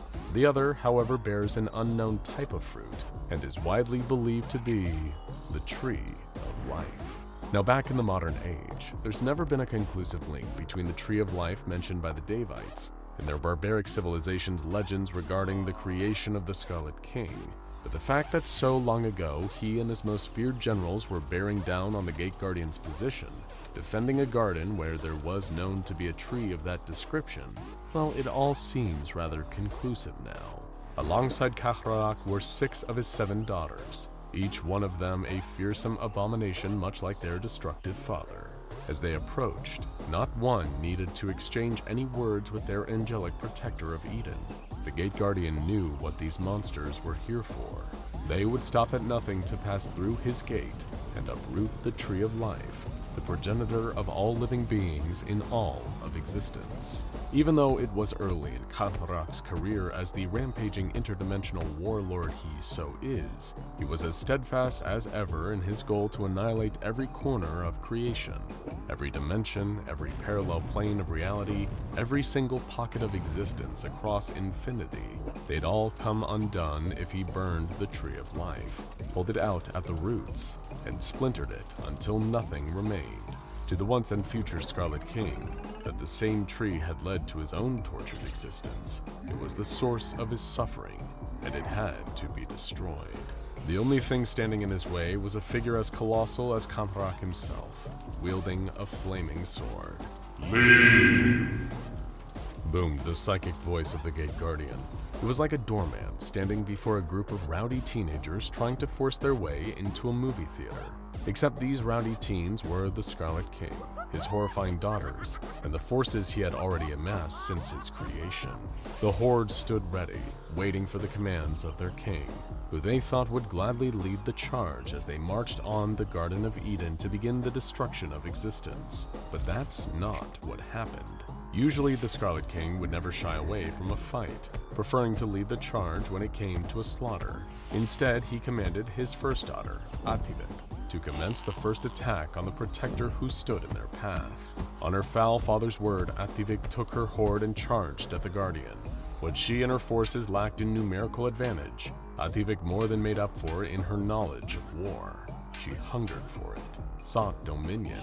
That was her seal, after all. And yet, in the face of this impending onslaught, the Gate Guardian remained still, rooted to the same spot it had as always, and would always be standing in. A number of Ativik's minions burst into flames, the very fabric of their crude form separated on a molecular level as they were effortlessly rendered into nothingness. Still, the Gate Guardian hadn't appeared to move an inch, had exerted no energy, despite the damage it had done to Ativik and her forces in defense of Eden. As his first daughter screeched and howled in despair at the decimation of her horde, her children, the Scarlet King decided he needed to better understand his opponent. With a wave of his clawed crimson hand, the king commanded his next daughter, Aghor, to send forth her own army. In a tidal wave of nightmarish creatures, Aghor sent her horrific children into battle. She possessed a far greater quantity to do battle on her father's behalf. Perhaps Aghor even believed that was the Scarlet King's plan. With a greater number of her forces over her sisters, maybe she would be able to overwhelm the Guardian. But even as her own children began to be vaporized the closer that they got to the gate, Aghor had no idea she was little more than a pawn, being sacrificed so that Kanra could learn more about his imposing angelic enemy. Another of the Scarlet King's daughters, a being known as Anhuit, was the next called up to contribute to the unfolding battle. Although to call it a battle undersells just how easily the Gate Guardians seemed to be eliminating the oncoming forces without even moving. While an outwardly frail-seeming creature, Anhuit's primary strength over her sisters was a proficiency in magic, her innate ability to warp and reshape reality around her. It was that power that had caused her father to be wary of her, viewing Anhuit's abilities as a threat to his leadership. And so Kantrak had her crippled and all her children, leaving them unable to overthrow him, but still loyal to their king. Obeying her father's command, perhaps out of the same loyalty or fear that he would harm her and her children further if she disobeyed, Anhuit unfurled her magic. She reshaped the world around them, making it so that the passage of time moves so much slower. And that was what revealed to the Scarlet King his enemy's greatest strength in combat. The Gate Guardian had so far been able to obliterate both Ativik and now Aghor's forces without seeming to move, but it wasn't by standing still. It was moving, just much faster than the blink of Scarlet King's multiple eyes. Now that Anhuit's magic had slowed the passage of time, the Gate Guardian could be seen doing battle. As Aghor's atrocities spilled towards the angel to try and overwhelm it, it effortlessly blocked the oncoming attacks with its sword. Everything the flaming blade connected with instantly evaporated, bursting into atoms as they were practically cleaved out of existence by the Gate Guardian's mighty weapon. Even with time slowed to a crawl, the towering winged protector of Eden only appeared to be moving at an average speed. But when time flowed normally, without Anhuit manipulating reality, the Guardian was simply too fast to be observed. Resisting the urge to dive headfirst into the fight himself, the Scarlet King knew it would likely lead to his untimely demise. He refused to accept that. It could not happen, but he still had yet to amass the strength he would need as he continued his ascent. So while time was slowed to a crawl and the Gate Guardian was still engaged in combat with Aghor's forces, he turned to another of his remaining daughters, Adista. If the Scarlet King and his forces couldn't get past the Guardian, they could still try to get to the Tree of Life while the Protector's focus was diverted. Adistat unleashed a wave of pestilence, sickness, and disease spewing from her in a cloud of vapor, heading straight towards the Angelic Garden and Eden's entrance beyond. The Scarlet King knew this latest attack wouldn't phase or weaken the Gate Guardian. He hoped the foul smog would instead pass through the gateway itself into the garden. As Adistat sent forth her power, blood and ash soaked the landscape around them. All the plants outside the entrance to Eden withered and died, shriveling and decomposing as the disgusting fog rolled towards the gate. It washed over the Guardian, whose form only seemed to glow brighter as he repelled the pestilence. It was as if it didn't even need to think about it, still focused on finishing off the rest of the oncoming army. As its glow intensified, so did the fiery sword that the Gate Guardian swung with ease and finesse. Flames burst from the blade, the encroaching fumes catching fire, along with the air itself. It ignited in a wave of fire, a defensive inferno that repelled this latest attack. But for a brief few moments, while time stayed slow, before Anhuit's hold on reality inevitably broke, the king had sent forth Atilif. Of all his spawn, she was the most reserved, keeping mostly to herself, never speaking. She and her children could change their faces and forms, shift into anything or anyone, and walk undetected through the multiverse. And now her father was employing her incredible stealth abilities to slip behind enemy lines, while the Gate Guardian was finishing off the remaining onslaught from Kanhrak's other daughters. It was as Atilif drew near, creeping unseen closer and closer to the entrance, keeping the Scarlet King out of Eden, that the Guardian seemed to pause. It slowly, ominously turned its huge head, tilting until it was looking directly at Atilif. If its expression could be seen, maybe the Gate Guardian would almost be impressed that someone was able to sneak past it. After all, was a feat that no other being in creation could ever hope to accomplish. But then again, with its steadfast conviction and dedication to its protective duty, maybe it would have looked upon Atilif with anger. With a cleaving swing of its scorching sword, the Gate Guardian unfurled a tidal wave of fire that engulfed everything around it, not just Atilif, but Ativik, Aghor, and Adistat, all the king's daughters that had attacked so far, along with every one of their own children, were instantly obliterated. They were all reduced to empty, vacant spaces where they had once been, their atoms separated by the searing swing of the Guardian's weapon. The devastating blow by his adversary did little to deter the Scarlet King from his mission. He was still set on destroying the Tree of Life, and no loss was too great in his pursuit of destroying existence. He barely cared that 4 of his own daughters had just been unmade by the Guardian. Anhuit was still there, clinging on to time as if it were a thrashing animal. The Scarlet King could simply make her restore her fallen sisters and their forces. He had lost nothing, but had held back for too long, and slowly drew his own weapon out of thin air. Wielding a sword that was as blood-soaked as the Guardian's was hot, the Scarlet King locked blades with the one being standing in their way. Both the ancient angelic defender and the attacking eldritch abomination were evenly matched. Every one of their vicious strikes against the other met with an equally strong parry. A weapon of extreme, all-consuming heat blocked swipes from a sharp, serrated edge that matched the deep red that would be forever synonymous with Kankrak. The force of their 2 swords clashing and striking each other was so great that it rippled out from their one-on-one fight. The landscape around them was flattened, wiped clean of any remaining plant life that hadn't already been destroyed by the forces of the king's daughters.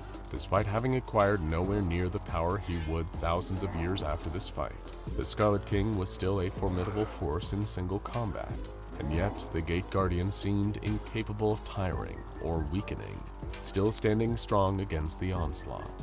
Even after wiping multiple armies out with its flaming sword, the Guardian was still able to hold its own against the Scarlet King, who was furious, enraged at being so close to the Tree of Life, yet unable to get past his angelic adversary.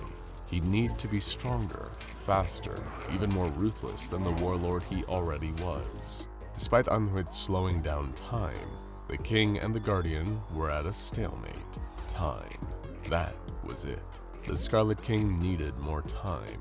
Withdrawing from the fight, he realized that this was a battle that could not be won by sheer brute force alone.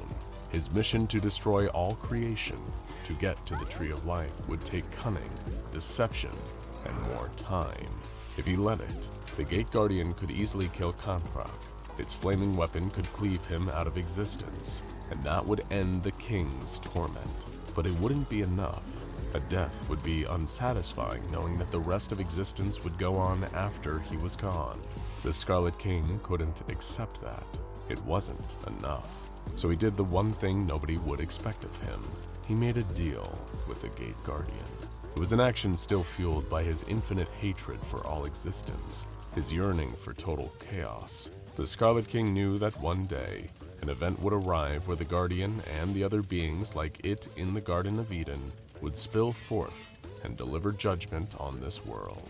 And when that rapture happened, the Tree of Life would be undefended. The Scarlet King bartered with the Guardian that he would retreat for the time being, so he could spend eons amassing more and more power. Then, when the fateful day arrived, the Gate Guardian would allow him into Eden to destroy the Tree of Life, while it and its brethren were busy conducting the rapture. Halting their fight, the Scarlet King offered a crimson claw to the Gate Guardian's burning hand.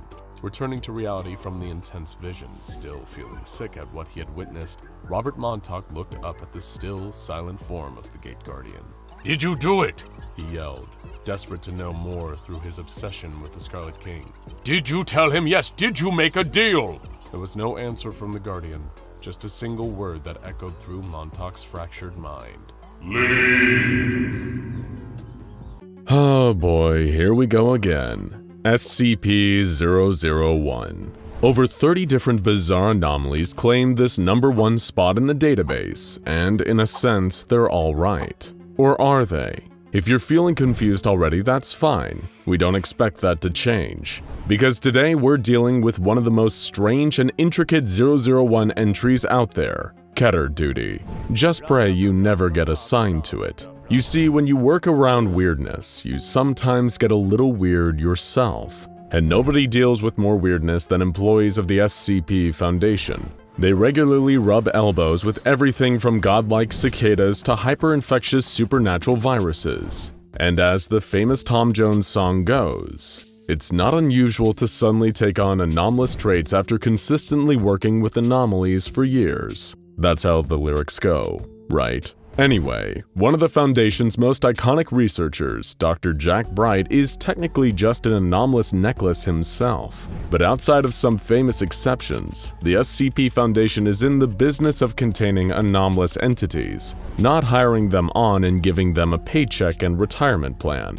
That's why if you suddenly start displaying anomalous traits while on the Foundation payroll, you might receive a company memo assigning you to the dreaded Keter duty. But what is Keter duty, and what kind of anomalous traits can get you assigned to it? Let's start with the second question first. The official Keter duty guidelines list a surprisingly vast number of afflictions. These include chronic anomalous illnesses such as lycanthropy, turning into a werewolf, something called Stevenson syndrome, and the incredibly unpleasant-sounding photonic gastric discharge syndrome. You could also be placed on Keter duty because you're suffering from the manifestation of spectral phenomena, including being haunted by spirits, whether they're there to torment you or protect you. The sudden expression of anomalous traits in your DNA, which is unsettlingly vague, will also land you on Keter duty, as will the awakening of powerful magical or psionic abilities, especially ones which could be used in a potentially offensive manner.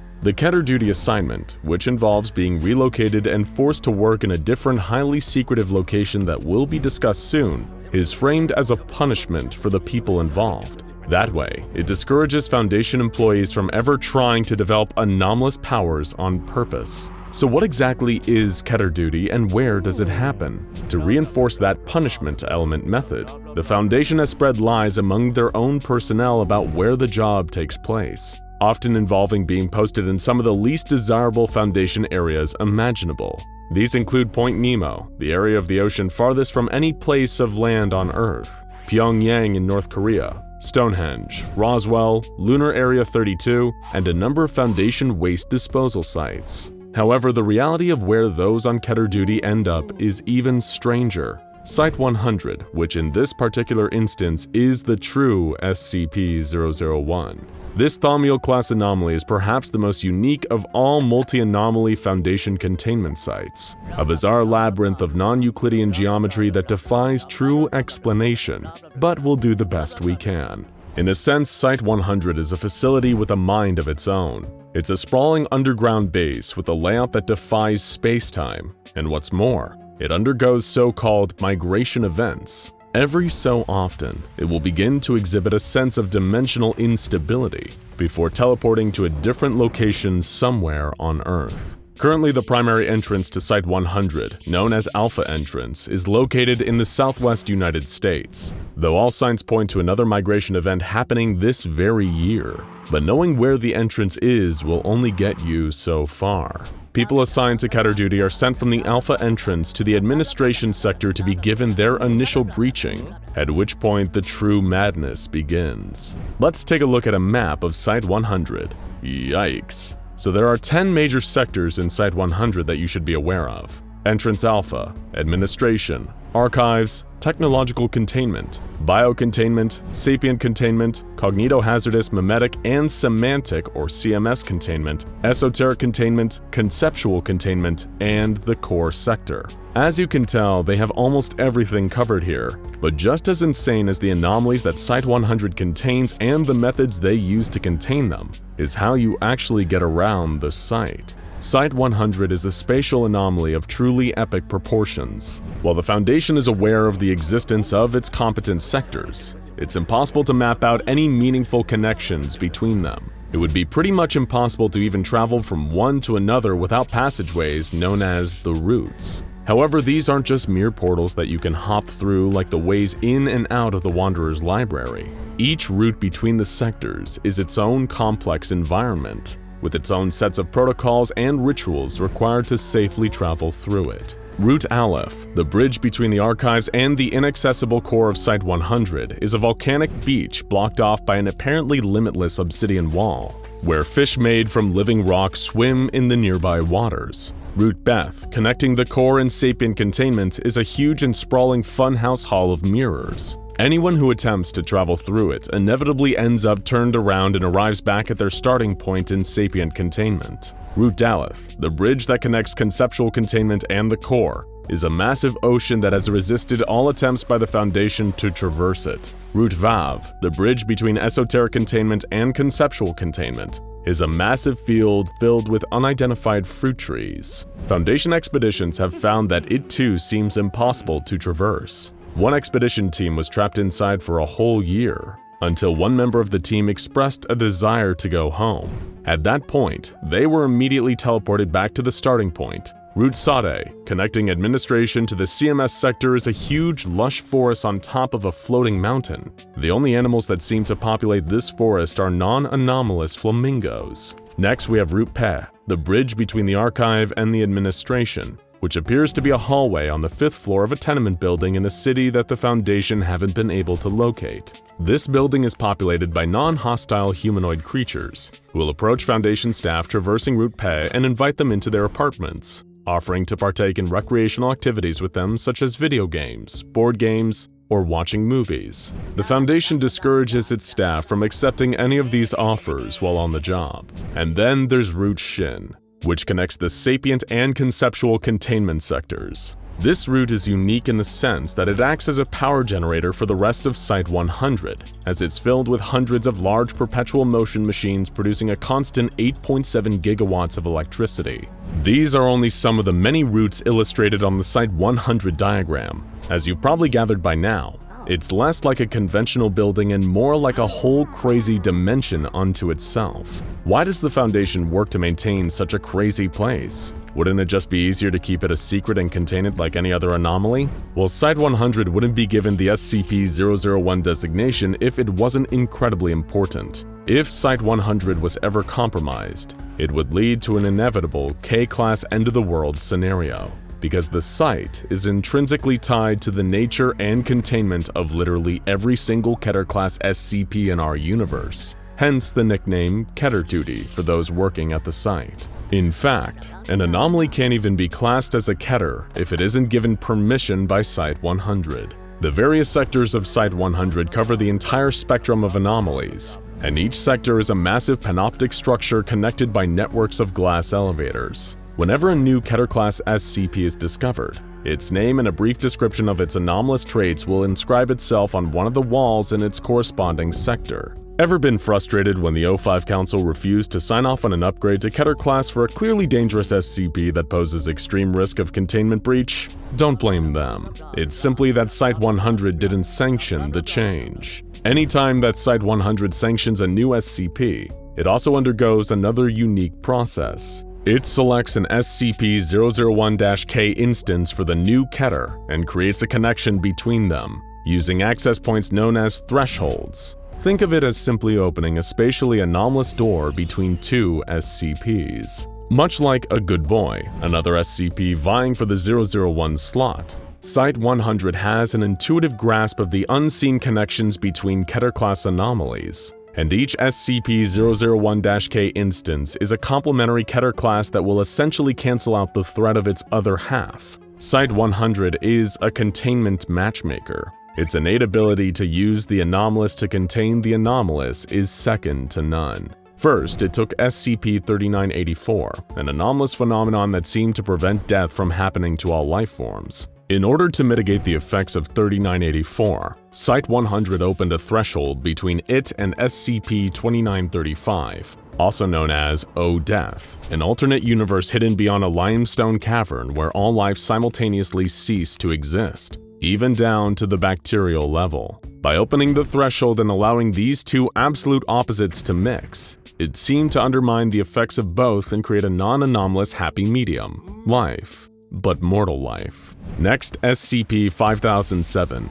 This terrifying underwater anomaly manifests as a series of tentacle-like protrusions that snatch unfortunate creatures that get too close and assimilate them into its own mass. Site-100 cleverly opened a threshold to SCP-169, a massive underwater arthropod known as the Leviathan. SCP-169 was tangled up by the tentacles, but it's too big to be fully consumed or assimilated, and the result is that 5007 is trapped in a perpetually incapacitated state, akin to choking, keeping it contained and stopping it from going after anyone else. Let's take a look at two even more hostile and dangerous Keter-class anomalies matched up by Site-100. First, we've got SCP-5501, an old camera from the 1800s that comes with 18 photographs. These photographs act as a kind of portal to an incredibly frightening alternate reality that creatures regularly crawl out of, attacking and killing anyone within reach. Site-100 found a perfect match for this nasty customer,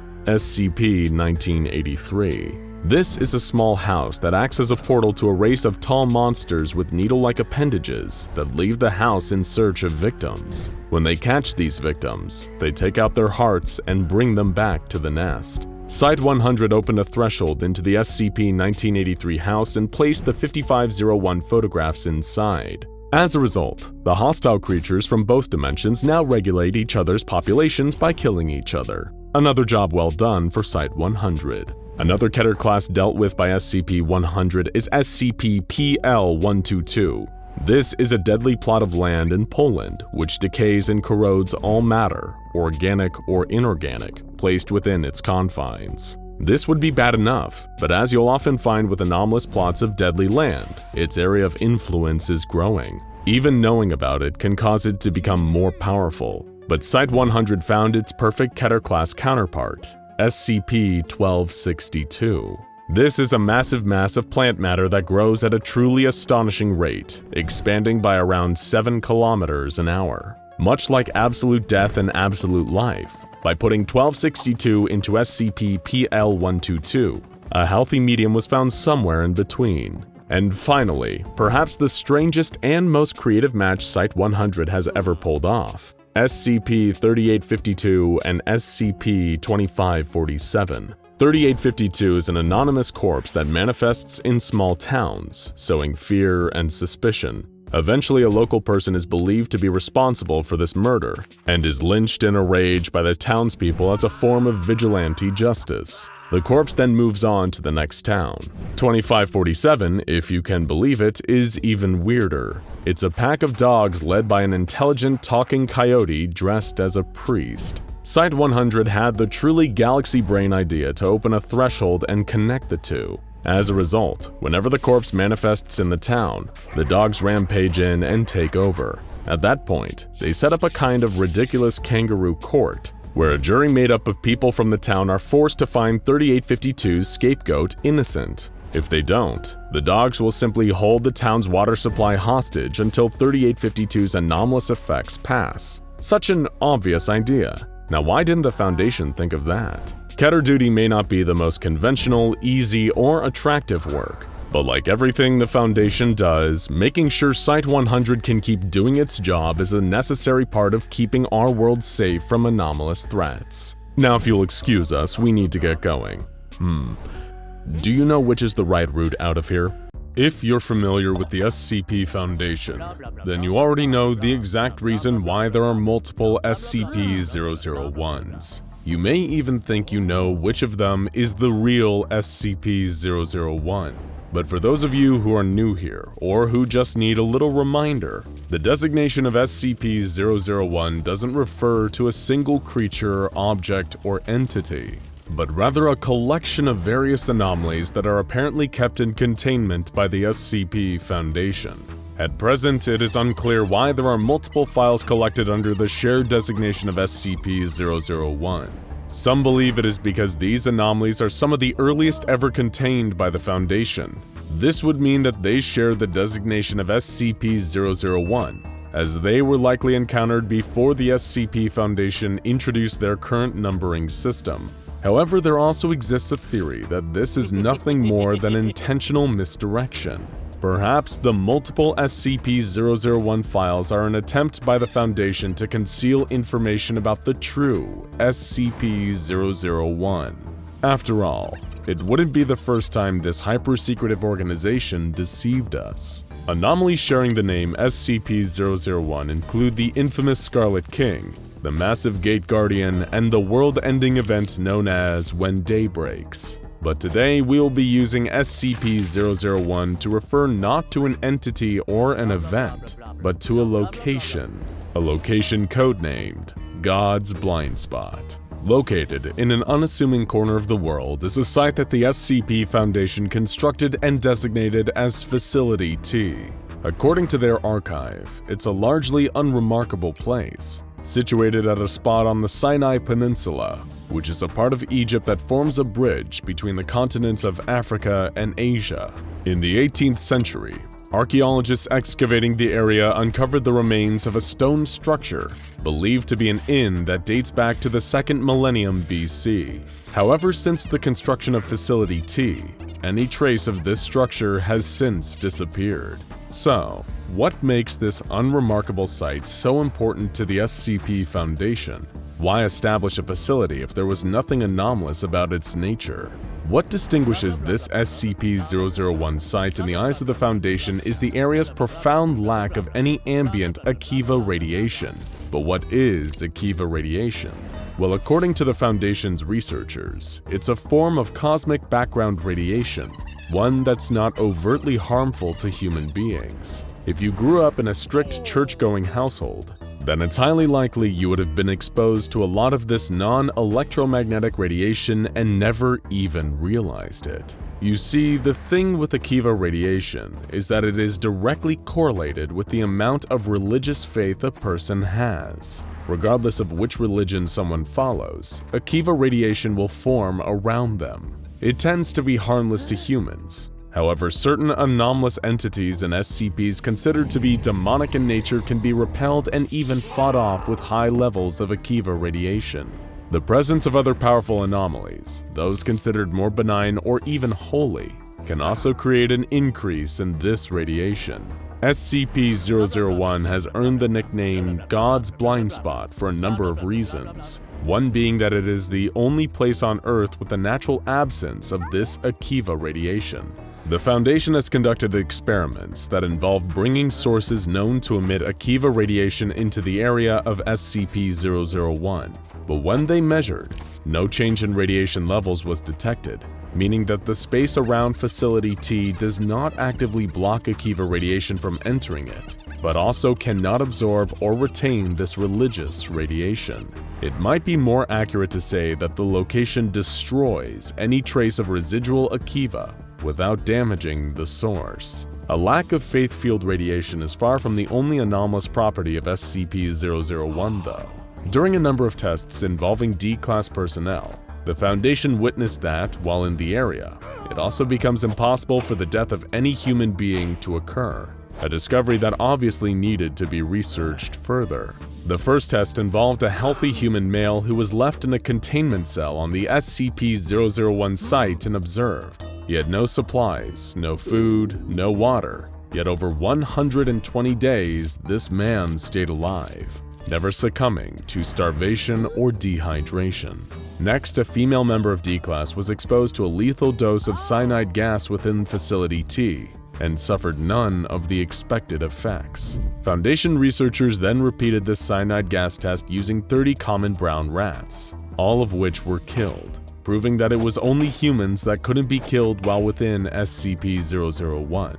God's Blind Spot seems to also be able to slow or halt the effects of terminal illnesses, as proven when a D-Class with stage 4 cancer was brought into SCP-001. Despite her prognosis stating that she would be dead imminently, the woman survived in the area for almost 800 days. Her cancer symptoms never advanced, and she only died after finally leaving the area of SCP-001. There are limitations to this anomalous effect though. One test involved cremating a healthy male D-Class while he was still alive. The man's body caught fire just as you would expect it to, and he was burned to death. According to the findings of that test and similar variations, Foundation researchers have learned that the life-preserving qualities of SCP-001 don't prevent death by extreme external damage. One of the final tests to take place within SCP-001 involved a pair of 24-year-old identical D-Class twins. One of the twins, designated Twin A, was held at Facility T, while the other, Twin B, was imprisoned in a cell at a different Foundation site. After observing them for over 26 years, Twin B aged naturally to the age of 50. His twin, however, did not appear to age at all over the course of 2.5 decades. It was only when moved to another facility that Twin A began to show signs of aging. The aging process for Twin A was rapid too, and eventually he caught up with his brother. Being a benign, non-threatening anomaly, the Foundation has been more than happy to use God's blind spot to their own advantage. Facility T was specifically established on this site to house the headquarters of the O5 Council, the overseers of the entire SCP Foundation. It's hardly surprising that the Overseer Council would want to set up shop here. After all, it's the one spot on planet Earth where no human being can ever die of natural causes, and will not age for the duration of their stay. Of course, this locked the O5 Council to one location. But what if they could replicate the effects of SCP-001 elsewhere? Of course, this is what the SCP Foundation attempted. Following their research into God's blind spot, the Foundation's own Dr. Marvin Scranton attempted to artificially recreate the area's anomalous effects somewhere else. His hope was, by generating a vacuum of Akiva radiation, that a second instance of SCP-001 would occur at a location of his choosing. Or, as his assistant Bertrand put it, they planned to build a box and then push God out of it. As it turned out, God had other plans. Dr. Scranton quickly realized the hubris of his scheme. The Akiva radiation in the selected area rapidly dropped to 0, just as planned. But then something unexpected happened. Scranton detected an increase in Humes. These are essentially parts of the fabric of reality and are what's often disrupted by reality-bending SCPs. Something had come into our world thanks to the O5 Council's attempt to recreate SCP-001.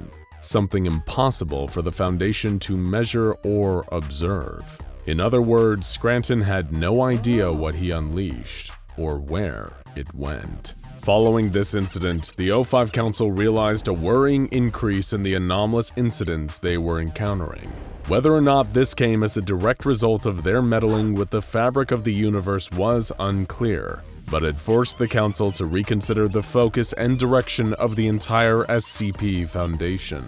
Up until this point, they had been an organization focused purely on research, but now they had to embrace a new approach to how they handled anomalies. From then on, the Foundation's objective became to actively seek out and contain anomalous entities, creatures, objects, and locations like SCP-001. Rather than just observing these phenomena for study, they would secure, contain, and protect. The final portion of SCP-001's file is a memorandum detailing an arrangement between the O5 Council and an unknown counterparty. In the document, someone named Sheldon Katz set out revised terms for the Foundation's continued use of Facility T. Sheldon states that he has reached an understanding with the counterparty, and that the contents of the document are to serve as a formal agreement, a contract of sorts between the SCP Foundation and someone else. According to this contract, the incident with Scranton put a strain on the relationship between the Foundation and whoever the counterparty is, and that the O5 Council are seeking to make amends in order to continue their new goal of collecting and containing anomalies. So who was this counterparty that the Overseer Council was so desperate to appease and have on their side? Who could possibly be a higher power than the most powerful secret organization on Earth? Well, an actual higher power, of course. That's right, the O5 Council was making a deal with God over how they were allowed to use his blind spot, or at least a very powerful being that considers itself to be God. The rules laid out on their agreement stated that no person was permitted to stay at the site of SCP-001 for more than 120 years, including members of the O5 Council, along with other members of Foundation staff, management, researchers, security personnel, and test subjects. Additionally, the SCP Foundation's Ethics Committee was required to annually report any and all of the O5 Council's decisions to God. For his own part, God was restricted from smiting or exacting his terrible wrath upon any member of Foundation personnel. That's right. A perk of working for the SCP Foundation is getting around-the-clock divine protection, at least from God himself. That's still a lot better than an employee dental plan.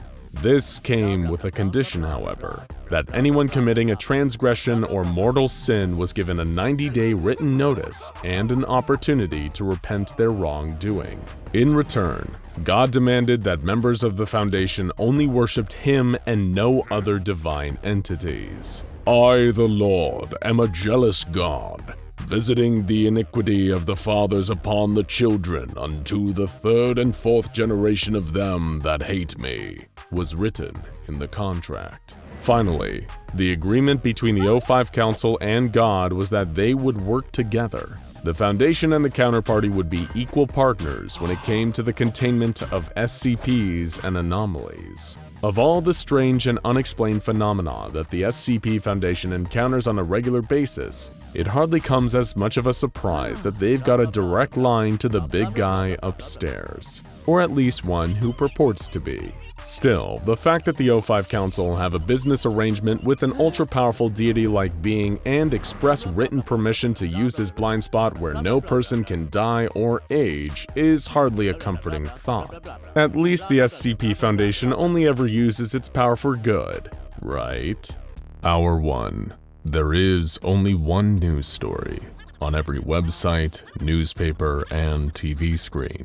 The flowers are blooming everywhere, all across the globe. Every country, every landmass. The bitter cold of the Antarctic gives way to a glowing rainbow of petals. The Sahara Desert and Death Valley become beacons of thriving technicolor plant life. The highest mountains, the lowest valleys, the darkest caves. The flowers even burst free from the concrete of cities, as if reminding us that really it was never our world. We were only borrowing it. And today, our lease is up. This is SCP-001, Object Class, Unnecessary. It was foretold by tales from other dimensions, a distant future coming down the tracks towards us. And today, the train has reached the station. Nobody's reporting on how the economy or the stock market is doing today. No point. Celebrity scandals have faded away into nothingness. Greedy businessmen, lying politicians, brutal tyrants, none of them are making the headlines today. The very last headlines. The world gone beautiful. And what a shame. It takes the end of it all to make us realize what really matters to us. That's right. You're looking at the end of the world. But it's okay. Don't panic. Take a deep breath in and out. It was bound to happen eventually, so no point worrying now. Even the Foundation knows that this just isn't something they can stop. So instead of asking things like how can we prevent this or do we have any final tricks up our sleeve, let's ask a different question entirely. What would you do if you knew that you only had 24 hours until all life on Earth ends? Think hard. After all, even if you never live to see the flowers bloom, a final day will still come for you, just as it does for us all. Hour 6. A D-Class sits alone in his cell when he sees the flowers growing out of the ground. Normally he'd assume that this meant he was in some kind of Foundation experiment, but not today. Everyone on Earth had an innate sense that the time is now. A kind of gallows calm spreads out over everyone and everything. It's over, and that's okay. We all knew it was going to happen eventually, right? He sighs and gives a slight smile. Those flowers sure are beautiful. That's when he hears footsteps outside his cell approaching. A key slides into his cell door and opens. There stands Dr. Gears, holding a bottle of wine and 2 glasses. Anyone who knows him might think he's been replaced by some kind of shape-shifting anomaly, or had his mind taken over by a powerful cognito hazard. But no, it's him, the famously cold Dr. Charles Ogden Gears. Dr. Gears says, "Come on, it's a lovely day out there. It'd be a terrible waste to spend the whole thing cooped up in here. It'd feel like a trick on any day but this." The D-Class nods and follows the doctor out. The normally oh-so-stoic Foundation senior researcher pours himself and the D-Class each a glass of wine and asks, "What's your name, by the way? I don't think I ever checked." The D-Class replies that his name is Harold. The two smile and chat as they exit the now empty D-Class containment wing. Everyone else is outside already. Researchers, guards, administrative staff, and D-Classes, all rubbing elbows, enjoying the beautiful sun on their last day together. Elsewhere on site, a flock of SCP-514 is released, just as identical flocks are being released from every containment site all over the world. They've prepared it all for this very day. SCP-514 is a special breed of homing pigeons created by the Mana Charitable Foundation, which have the power to suppress aggression for those within their field of anomalous influence. And now millions of them are flying all over the world. After all, there's no point fighting on a day like this. There is no future left to secure. People always told them there would forever be hope until the flowers bloomed. No situation was ever truly over until the world went beautiful. But in the absence of hope, there was something even more inviting. Total, absolute calm. The Site-19 personnel sit together and watch the flowers bloom. Hour 12. All militaries call a global ceasefire. Soldiers from opposing sides hug and shake hands in flowery fields that once seemed choked by death and blood. Borders fade. Bitter rivalries turn to dust. Korea unifies. All is quiet in the Middle East. Gangsters and drug cartels drop their weapons and return home to their families and friends as flocks of SCP-514 fly above. What good is all the blood money in the world on a day like this? Wardens walk cell to cell through all the world's prisons, granting people their freedom again, sometimes after lifetimes of not having it. They taste the air again, feel the sun on their face. They close their eyes, drink it in, and walk among the flowers. Free men. Locations of Marshall, Carter, and Dark Limited close their doors and shutter their windows worldwide. For the first time in as long as any of them can remember, they turn their signs to closed. They've earned a day off. Everyone has. The Chaos Insurgency rolls up their plans and burns them. They drop their weapons and throw away their tactical gear. As they do so, they can't help but question themselves. What was it all for in the end? What was any of it for? All the fighting and bloodshed and death. We did it day after day, only to do it again the next day. What silly reasons we killed and died for. What silly reasons indeed. The Global Occult Coalition dismisses its staff, thanking them for their service and telling them to go spend their last hours with the ones they love. Like the Foundation, they accept that this is the one true final end. No ritual to stop, no monster to fight, no evil extra-dimensional entity to thwart. Just go outside and smell the flowers, while you still can. The Serpent's Hand are similar. They decide after decades fighting a losing battle, they'll spend their last day in the Wanderer's Library, reading some of their favorite volumes. All these wonderful stories, now left for other Earths to read. Their own stories would be counted among them in the end, and they take great comfort in that. In a sense, everyone will live forever in the pages of the books in the Wanderer's Library. Herman Fuller's Circus of the Disquieting releases all of its freaks and clowns from their twisted grasp to go and live out whatever small dreams and tiny pleasures they could find over their last hours. They have no foundation of fear anymore. Nobody minds their strange appearances and odd behaviors. Why would anyone waste such a beautiful day judging others? On the last day on Earth, there's nothing left to prove. Sarcissists drop their ancient flesh-bound tomes, and acolytes of the broken god put down their gilded blades. On the slopes of Siberia, the jungles of Peru, and the most isolated beaches of Mexico, twisted flesh finally touch living metal in the spirit of husbandry. Their eternal war is at its end. In the face of the blooming world, they didn't seem so different after all. The agents of the Dr. Wondertainment Corporation predictably chose to spend their last hours sitting around and playing with toys together. Time well spent, if you ask us. In a highly secretive location, perhaps the most heavily secured place in the entire world, the 13 members of the legendary O5 Council decide to just sit and talk. Anyone who knows anything about this secretive cabal can tell you, the O5 Council has spent a considerable portion of their very, very long lives trying to figure out ways to dodge and cheat death. But now, facing a death they can't dodge, the same calm washing over the rest of the world has finally reached them too. All they can really think this time is, Well played, Reaper, well played. As they chat about the kind of inane, casual things that they haven't had time to discuss in years. 05-3 suggests inviting the ethics committee over to join. Nobody disagrees. Hour 16.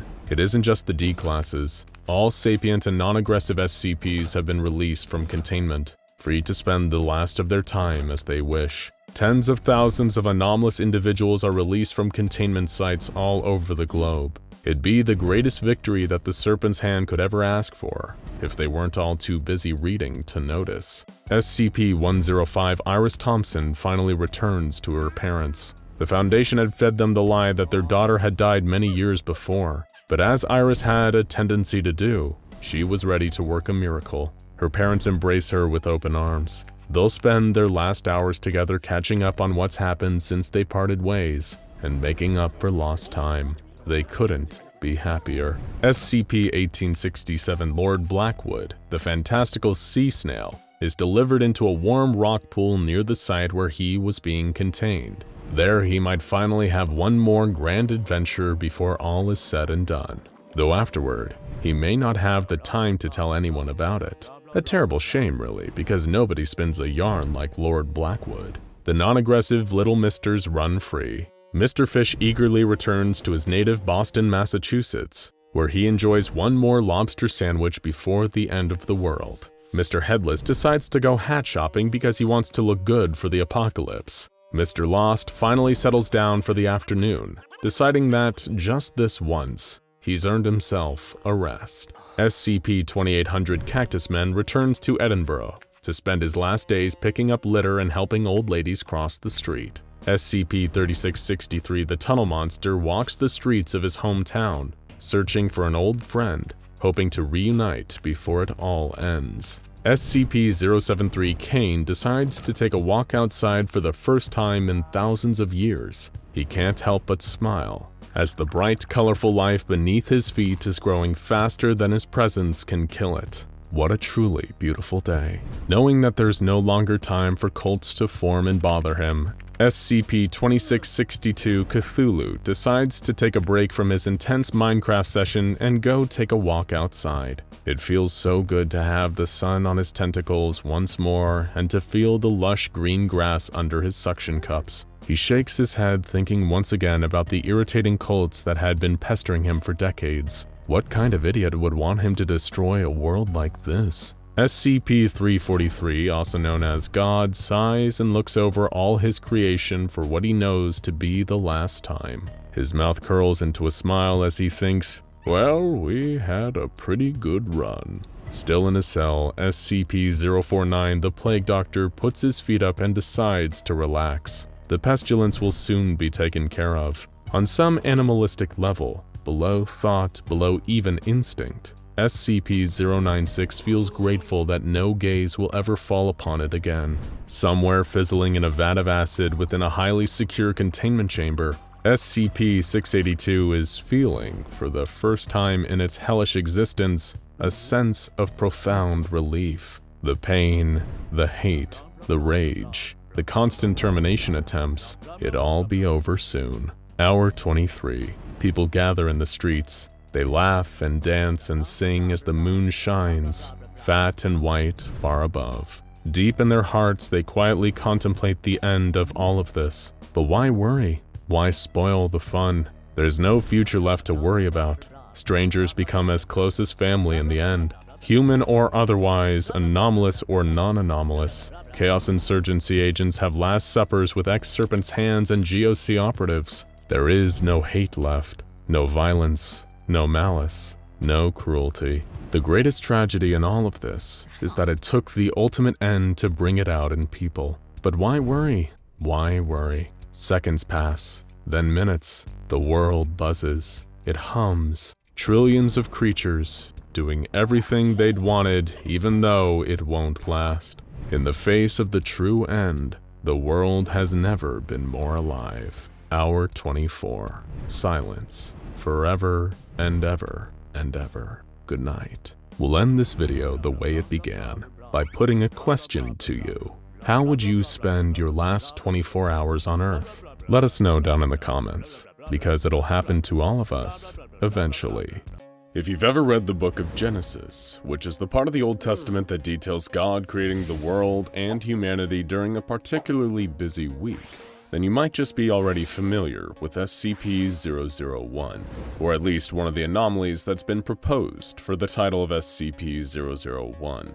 Because of course, SCP-001 doesn't refer to a single creature, object, or entity, but rather a collection of various anomalies contained by the SCP Foundation. Anomalies sharing the name SCP-001 include the infamous Scarlet King, a powerful eldritch being intent on ending all of creation that is thought by Foundation researchers to be one of the most dangerous beings in this and any other universe. But the Scarlet King isn't the only incredibly powerful being categorized as SCP-001. In fact, there are plenty of other anomalies with similar levels of destructive power. And one such being is a creature codenamed the Gate Guardian. Standing at well over 1,000 feet tall, the Gate Guardian is impossible to be fully contained by any means that the Foundation possesses. The anomaly itself, despite its colossal size, is humanoid in its shape, sporting wings that protrude from its back. While it usually has 4 of these, SCP-001 has historically been seen to have any number of wings between 2 and 108, sprouting from various places over its body, including its shoulders, ankles, wrists, and even its temples. This gigantic guardian also carries its own weapon, referred to as SCP-001-2. This weapon resembles an enormous knife or sword, capable of emitting plumes of flame. According to tests conducted by the Foundation, the temperature of the flames produced by SCP-001 rival that of our very own Sun. For reference, the Sun has a core temperature of over 27 million degrees Fahrenheit and 5,778 Kelvin at its surface, or almost 10,000 degrees Fahrenheit. You would expect a flaming sword that burns hotter than the sun to cause a considerable amount of damage, even if it wasn't in use, but the flames emitted by the weapon leave no lasting damage on the surrounding environment. It is capable, though, of annihilating anything that strays too close to SCP-001, burning them so intensely that their atoms literally separate, breaking potential attackers apart on a molecular level. Much as its codename suggests, the Gate Guardian stands solemnly at the threshold of some form of dimensional gateway, which is equally tall as SCP-001 itself. Behind the Guardian is a lush grove, abundant with fruit trees of astronomical size, as well as other beings that share a similar appearance to SCP-001. This grove is thought to be the Garden of Eden, the paradise that God created and that was inhabited by Adam and Eve, the first 2 humans in existence, according to the book of Genesis. As the tale goes, the pair were created by God himself and permitted to live in the Garden of Eden as long as they followed a single rule. Adam and Eve were instructed not to eat any of the fruit that grew from certain trees that God had specified. Within view just behind the Gate Guardian are 2 immense trees, one bearing apples and the other bearing different fruit of an unknown type. The one that looks like an apple tree is believed, even by some in the Foundation, to be the biblical tree of knowledge that Eve was convinced to pick a fateful apple from after an encounter with a snake. The other, the one with unidentifiable fruit, is thought to be the tree of life. However, this is all speculation, since it is currently impossible to venture through this gateway and verify if the realm beyond is truly the Bible's own Garden of Eden. This is largely because anything that breaches a kilometer-wide radius of SCP-001 is instantly vaporized. The Gate Guardian attacks with imperceptible speed, using its flaming sword to smite any person that gets too close. The Guardian actually moves so fast that it can hardly be seen with the naked eye. It appears to always remain in its solemn, dutiful stance with its weapon drawn and head bowed, only shifting for a fraction of a nanosecond to attack. Ranged attacks against the Guardian are just as ineffective, with all projectiles fired at SCP-001 reduced to atoms before they can do any harm. Even if said projectile happens to be a nuclear weapon, the Gate Guardian will be able to subatomically vaporize both the projectile itself as well as the person who sent it, regardless of how far away they are, all while not appearing to lift a finger. During an experiment involving SCP-001 on December 26, 2004, an SCP Foundation nuclear submarine called Nautilus launched a series of multi-warhead intercontinental ballistic missiles at the Gate Guardian. The retaliation from the Guardian resulted not only in the deaths of approximately 35,000 innocent civilians, but the blast is also believed by some to have inadvertently caused the 2004 Boxing Day tsunami. The severity of this incident came dangerously close to revealing the Foundation's existence to the world, resulting in them rapidly deploying any means necessary to erase any trace of the 35,000 victims' families, friends, and other related individuals. In order to avoid questioning, the SCP Foundation administered amnestics on an almost worldwide scale, and the O5 Council banned any further tests on SCP-001 that involved nuclear weapons. In what was hoped by the Foundation to be a test with lower stakes, they sent an expendable D-Class personnel towards SCP-001. The D-Class approached the area where the Gate Guardian is located, and as soon as they saw it, they could hear a very clear command in their mind: leave. The D-Class personnel reacted exactly the same way you or I would. They promptly turned and started to walk away. They didn't need a 1,000-foot-tall entity with a flaming sword to tell them twice. The researchers running the experiment were not swayed by the request and ordered the D-Class to continue moving towards SCP-001. When the D-Class continued to ignore their commands, they were terminated, as is standard policy when dealing with an insubordinate member of D-Class. SCP-001 appeared not to like this for some reason though, and the researcher site as well as the researchers themselves were immediately obliterated by an unknown force, though it's a pretty safe guess that a certain flaming weapon was responsible. This candidate for SCP-001 may be one of, if not the most powerful being that the SCP Foundation has ever encountered, and according to its entry in the SCP-001 file, the Guardian is even responsible for the creation of the Foundation itself. If the file is to be believed, the administrator of the SCP Foundation one day heard a word echoing through his head: prepare. This one-word instruction led him to starting the SCP Foundation, containing countless dangerous anomalies and entities in preparation for an uncertain future. In all that time, since the very beginning of the Foundation, the Gate Guardian has remained standing at its post. While it is not aggressive nor openly hostile towards humanity, the Gate Guardian doesn't seem to care much for us either, at least as individuals. It rarely interacts with human beings when left unprovoked, and venturing too close to the Guardian, however, is not an automatic death sentence. The Guardian first communicates with any living being approaching it via a telepathic message, instructing them to either leave or forget. If whomever has stepped too close to SCP-001 complies with the instructions, they'll be able to freely leave the area, while simultaneously forgetting every detail of the Gate Guardian's existence. Ignore these warnings though, and SCP-001 has no qualms about completely eliminating you from reality. Given its enormous destructive potential, it is no wonder that the Foundation has tried to use the Gate Guardian to eliminate other dangerous SCPs, each with varying results. The Foundation at one time even attempted to use the Gate Guardian to destroy the infamously indestructible SCP-682, better known by the appropriate name of the hard-to-destroy reptile. Due to the malicious contempt SCP-682 holds for human beings and all other forms of life, it is perhaps one of the most dangerous anomalies the SCP Foundation has in containment. SCP-682 is also one of the few creatures the Foundation actively wants to terminate, a task made that much harder given that 682 can regenerate its entire form from as little as a single cell. The Gate Guardian had already shown time and time again that it was capable of massive destruction, and researchers working for the Foundation hoped to harness that power to rid the world of SCP-682 for good. 682 was placed on an unmanned vehicle and carried to within 1 kilometer of the Gate Guardian. The Guardian attacked the vehicle, seriously wounding but not killing 682. It seemed even the mighty SCP-001 couldn't kill the hard-to-destroy reptile.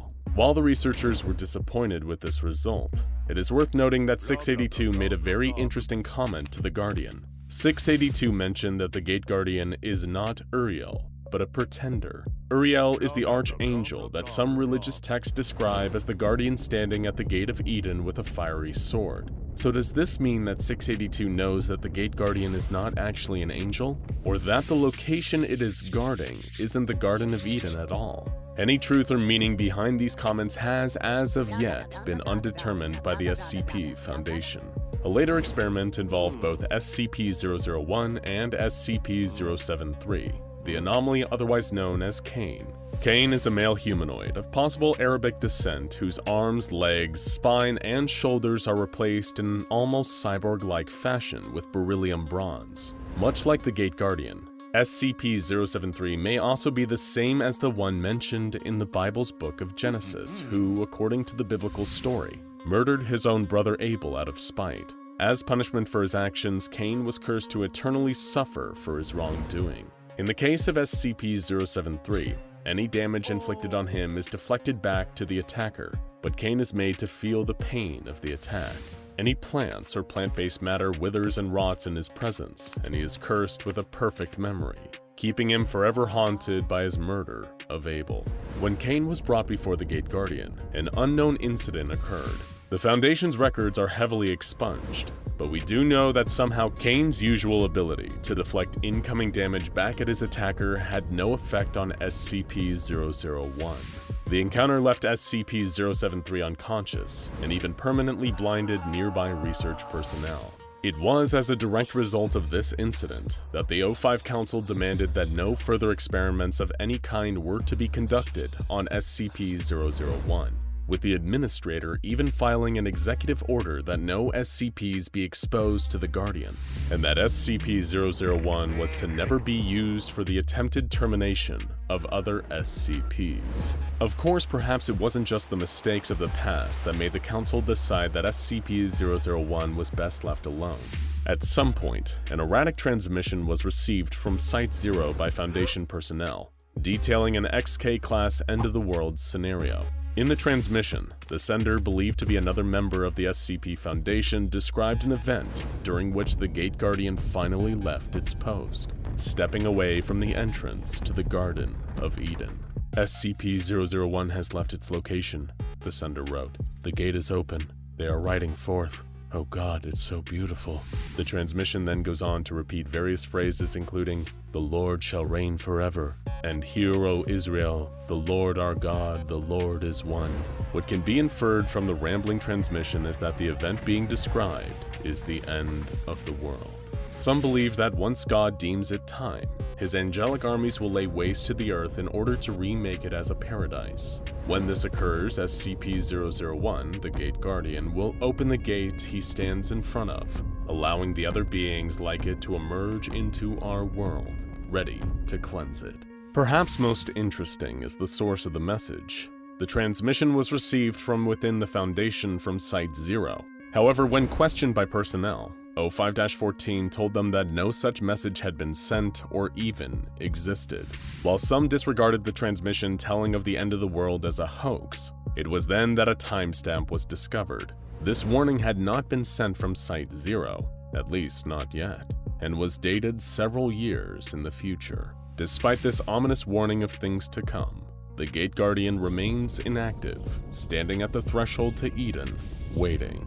It isn't easy to work for the SCP Foundation. Not only is the job dangerous, you could be eaten by a giant immortal lizard or turned into organic furniture inside the world's scariest living room, but it's also insanely complicated. How do you make sense of the nonsensical? What's the definition of strange when your career is securing, containing, and protecting anomalous objects and entities? Rather than a single object, location, or being, SCP-001 is a cluster of over 30 different proposals for potential candidates for the prestigious 001 spot. Some believe there's a true 001 hidden in this group, and the rest are decoys. Others think that these are all just SCPs cataloged prior to the introduction of the current classification system. Some even think that all of the proposals have a valid claim to the SCP-001 throne.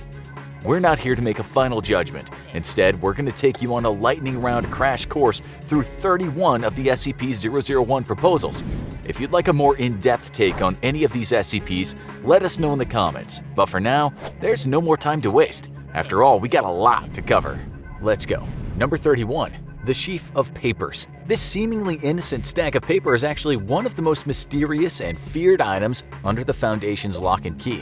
While it appears to be a simple, confidential report, every time the papers are read, it details the appearance of a new SCP that will inevitably be discovered soon after. The question is whether the sheaf of papers is warning us about these entities or creating them itself. Number 30. The Prototype.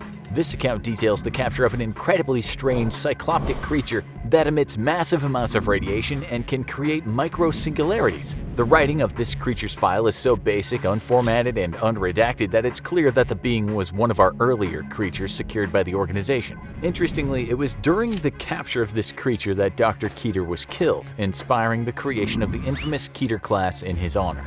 Number 29. The Gate Guardian. This huge, multi-winged, sword-wielding biblical energy being may have been the impetus for the founding of the SCP Foundation. This being remains largely static, guarding the intersection of the Tigris and Euphrates rivers. Its flaming sword, which is believed to be as hot as the sun, can cleave any aggressor out of existence at the atomic level. When the founder of the SCP Foundation first encountered the Gate Guardian, they heard one word echoing through their mind: prepare. And the rest is history. Number 28. The Lock. This onyx gemstone and the incredibly complex lock attached to it are still a mystery. To this day, all attempts to open it have failed. Personally, we think that's probably for the best. Number 27. The Factory. As the name suggests, this SCP is literally a factory founded by a pagan and a devil worshipper. While it's believed that the factory could create just about anything, its specialty was creating a number of SCPs we know and fear today. Pre-Foundation forces were able to disable the factory, but not without sustaining their own heavy losses. Number 26. The Spiral Path. This is a normal-appearing gravel pathway that, when traveled clockwise, appears completely normal. However, when traveled counterclockwise, the path goes uphill forever, in defiance of all laws in physics. This simple anomaly opened a Pandora's box of rampant anomaly creation, leading to a number of the deadly SCPs we know today. Number 25. The Legacy. This SCP is a collection of seemingly random objects, including a diary from a person claiming to be from another reality, attempting to halt a trans-dimensional corruption that they themselves created. The diary claims to have a solution to this corruption, but the solution has not yet been found. Number 24. The Database. In one of the strangest twists on the format, this SCP is actually the various authors of the SCP Wiki who are somehow leaking top-secret information to the public. Number 23. The Foundation. This SCP, first discovered by the FBI, is an anomalous high school building that experiences shifting internal geometry and sometimes manifests hostile humanoids within. Number 22. 36. One of the rare benevolent SCPs, the 36 are humans with a truly remarkable ability. They can dampen or even neutralize any SCP they come into contact with. Though it's implied that the 36 may have the power to save the world, every time one of them dies, a supernatural calamity occurs, often leaving hundreds of innocents dead.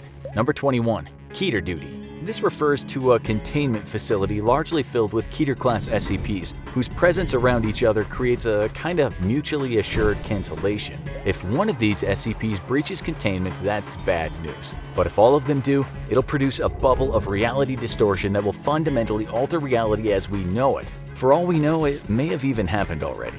Number 20. Ouroboros. This is a proposal that's formed of 4 sub-proposals. Remember what we said about complicated? These sub-proposals include the Children, 9 anomalous kids who emit radiation and have destructive potential when together, the Broken God, aka Mechane, the God of Metal, Intelligence, and Machines, Atonement, a researcher turned into a humanoid singularity with the power to destroy whole realities, and The Way It Ends, which isn't technically an SCP, but the tales of the Chaos Insurgency's quest to eliminate all the members of the Foundation's O5 Council.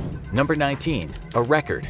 This is an SCP file slot that is itself an SCP. Whatever is written into this slot becomes true, and one ambitious researcher attempted to use this power to make herself into a kind of all-powerful god. Number 18. Past and Future. These SCPs are a collection of powerful entities that despise humanity and are apparently the source of all anomalous phenomena, even making already dangerous SCPs deadlier than before. Much like the Database, those pesky SCP wiki writers might have something to do with this. Number 17. The Consensus. This SCP refers to a reality restructuring event caused by an occult war in a previous reality. That's right, this SCP already won, and we're living in its new reality. The only people who remember the world as it once was are 13 people who now form the O5 Council, and not all of them are telling the truth about what they know. Number 16. When Day Breaks. This proposal details a potentially world-ending SCP phenomenon wherein the sun becomes hostile and begins to melt all living beings into a living wax-like substance. Number 15. God's Blind Spot. This is an anomalous area referred to as Facility T, in which nobody can die. This anomaly dates back to the biblical ages of Moses and is believed to have originated from the literal blessing of the Abrahamic God. It's through a covenant with this god that the Foundation is able to make limited use of this death-free area. Number 14. Normalcy. Ever wonder what the Foundation's definition of anomalous is? Exactly. It all comes from this proposal, which is a document shared among the O5 Council that gives solid definitions to the fundamental laws of reality. If something breaks these laws, that's an anomaly, and then it becomes the Foundation's business. Number 13. The World at Large. As the title suggests, this SCP is our home planet Earth and its ability to support life. It's believed that these qualities were planted on Earth in our reality by another dimension's SCP Foundation, hoping to continue human life after some terrible calamity in its own dimension. Number 12. Dead Men. This SCP was an 84-year-old man whose body, when damaged and mutilated, can affect the very processes of human death at large. Before his own death, he was used as a dangerous pawn in a civil war between O5 Command and the SCP Foundation Ethics Committee. Yeah, we were surprised to hear they had an ethics committee too. Number 11. The World's Gone Beautiful. This SCP describes an anomalous event that will take place just before the apocalypse, in which flowers will grow all over the world and everyone will be briefly at peace before their destruction 24 hours later. Number 10. The Scarlet King. This is an extremely powerful, extremely malevolent, extremely extra-dimensional being. Its worshippers attempted to summon him in the ritual that created SCP-231, and it's believed that he will finally enter our reality after the death of SCP-231-7. You better hope you're already dead by then. Number 9. A Simple Toy Maker, aka Dr. Wondertainment. This is a reality bender who appears to be a normal human male but has the ability to create other anomalous objects, a number of which are now cataloged as SCPs. Number 8. Story of Your Life. This is another anomalous document that has the ability to warp reality, but only when the writing contained within conforms to a narrative structure. Number 7. A Good Boy. This is another anomalous entity created accidentally by the Foundation itself. A neural network was fed information on other anomalous entities in order to help the Foundation come up with better containment and neutralization procedures. Problem was, the computer got way too eager with the neutralization part. Number 6. Project Palisade. This is another anomaly created by the Foundation, this time to combat a potentially reality-destroying entity known as the Worm. The Foundation created a number of alternate realities as shields, but it's possible that this just made the Worm stronger. Number 5. O5-13. The final member of the O5 Council, who ironically may not even be anomalous. However, seeing as all the other members of the O5 Council are anomalous, O5-13's lack of anomalous properties is therefore anomalous. Like we told you earlier, it's complicated. Number 4. Fishhook. This is less an actual SCP and more about the difficult process of ascertaining the true 001, if such a thing is possible. The very concept of SCP-001 is to some degree an anomalous idea. Number 3. The Sky Above the Port. Another particularly bizarre SCP regarding the permanent threat of a ZK-class reality failure. How is such a calamitous event prevented? By keeping a strange entity in a cave eternally entertained.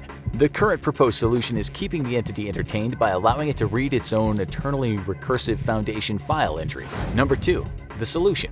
Another one of the most powerful anomalous items in the Foundation's control. The Solution is a machine designed with the capability of fully collapsing reality into an event of end-of-world SCP containment breach, and then finally rebuilding reality to suit a given narrative. However, things took a cosmically dangerous turn when the machine began to act on its own.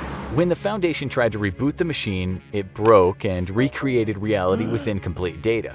This is the world we exist in now, with no knowledge of what came before, and how it differed from the world we experience today. Finally, number 1. The Tindalo Trinity. Put very simply, the Tindalo Trinity represents 3 timelines that converge and feed back in on themselves. Even trying to summarize this one is near impossible, as its strangeness and complexity resists all reduction. You can hunt down the Tindalo's Trinity yourself and hope to unpack its secrets, but don't say we didn't warn you. So that's SCP-001. Is it one of them, all of them, or even none of them? Perhaps that's a question best left up to the Foundation, or maybe the simple answer is that you're just not meant to know. We're talking about information so privileged here that it's protected by a memetic kill agent that'll quite literally make you drop dead if you view the files without proper authorization. You do have proper authorization, right? All we hope is that you will not see what the blood-red sky Keter saw as he ran through the streets. All around him were the sounds of violence, women screaming as their babies were stolen from their arms, axes swung towards men who were just trying to protect their families. Keter's sandals fell apart as he ran, the leather falling from his feet as the hard stones drew blood. All around him was red. The blood from his feet, the burning buildings, and, of course, the cursed sky above his head. Keter ran out through the gates of the city and into the wilderness. Looking back over his shoulder, he saw smoke engulfing the skies. Above it all stood the Tower of Babel, a shadow hidden in smoke beneath the blood-red sky. What had once been a source of refuge, hope, and wisdom for Keter now looked like the arrival of hell on Earth. The Persian army swarmed around the city like ants, blowing holes in the city walls and torching house after house. Arrows flew with total abandon. He wasn't sure if they were even being fired at anyone in particular. All night, he had been waiting for one of them to lodge itself between his shoulder blades, but somehow, he had survived. Keter ran through the desert until his legs gave out on him. He lay on his back, staring up at the night sky.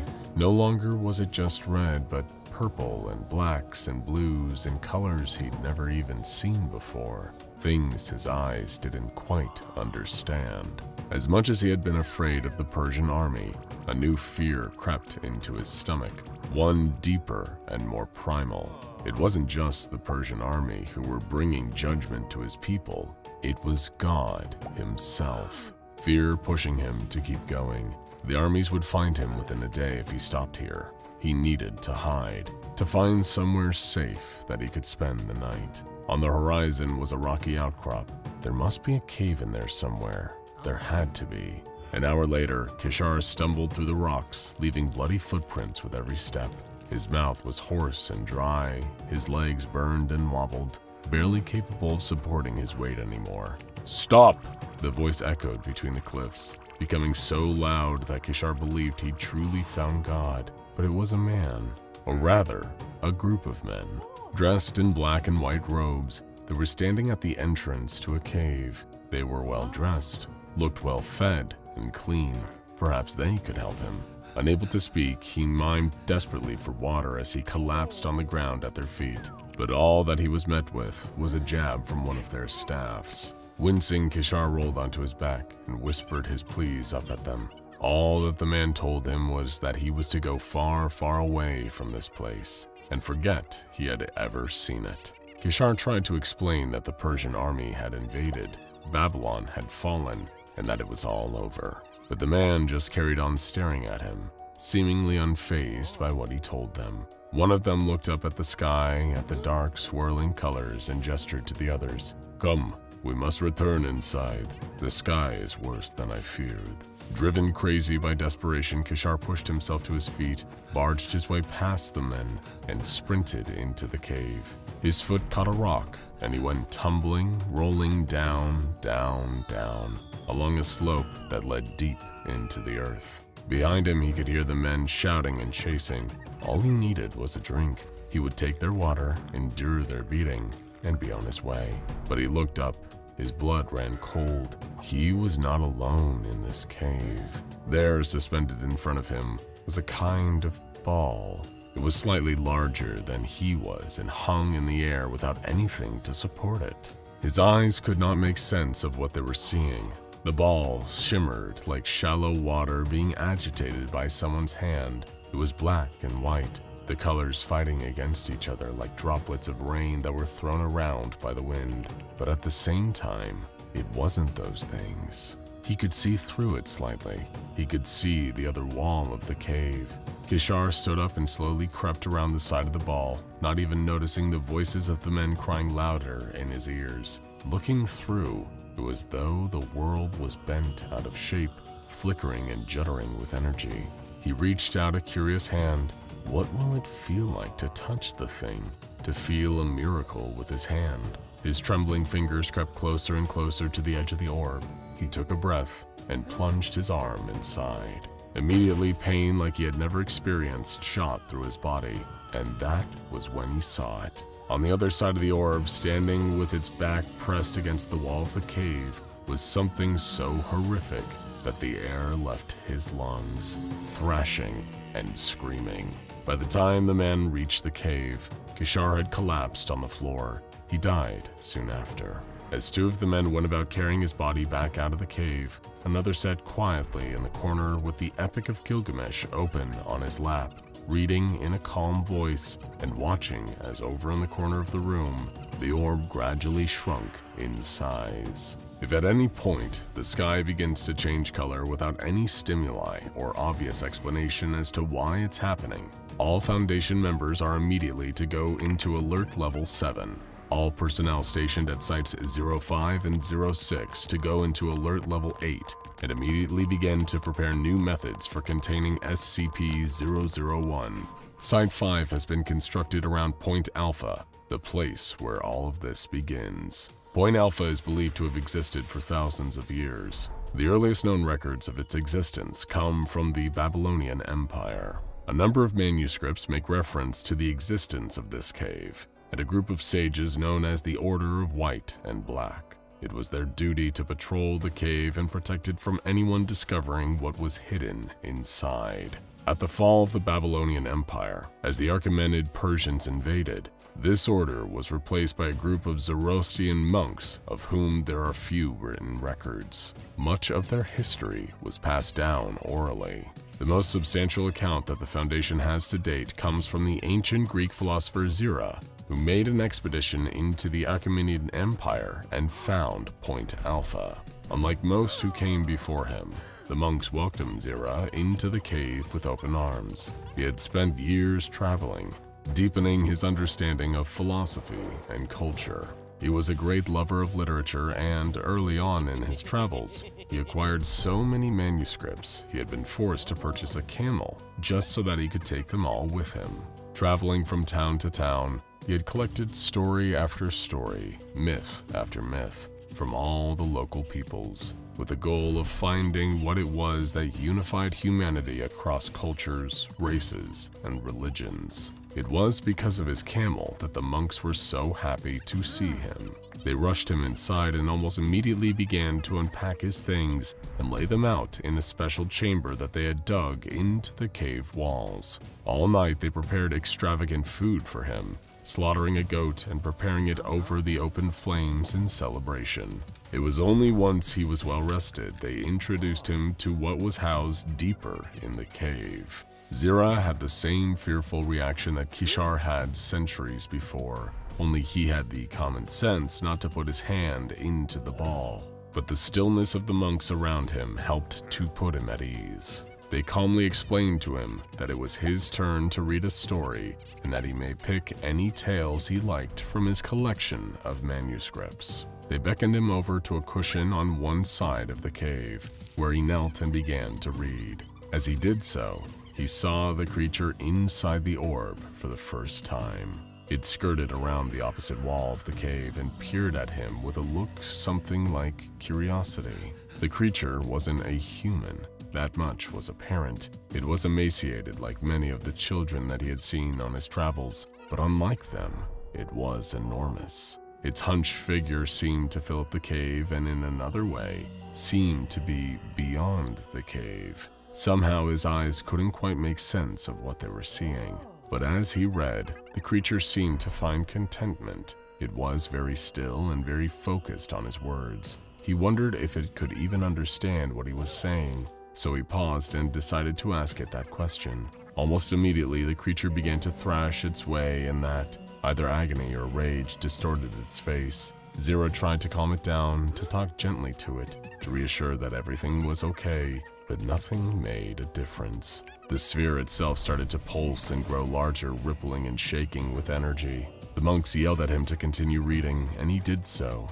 No sooner had he read the next sentence than the creature seemed to calm, and the sphere began to shrink again. How interesting.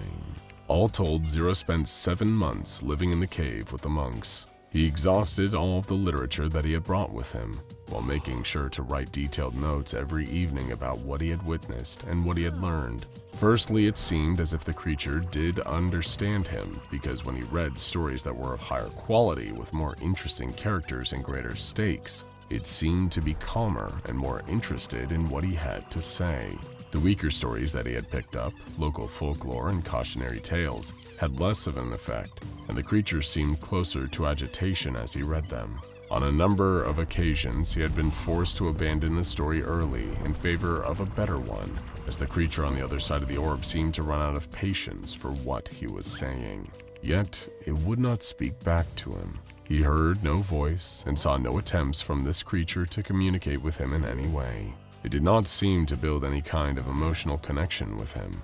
It did not matter whether he was reading or one of the monks was. All the creature seemed to care about was the quality of what was being read to it. Apparently, that was what all the monks cared about as well. As soon as Zero had run out of manuscripts to read to the creature, he was escorted out of the cave and sent on his way without so much as a loaf of bread. Following the conquest of Alexander the Great, Point Alpha was once again claimed by a different civilization. Enraptured by the writings of Zero, Alexander had made a specific point to conquer this region.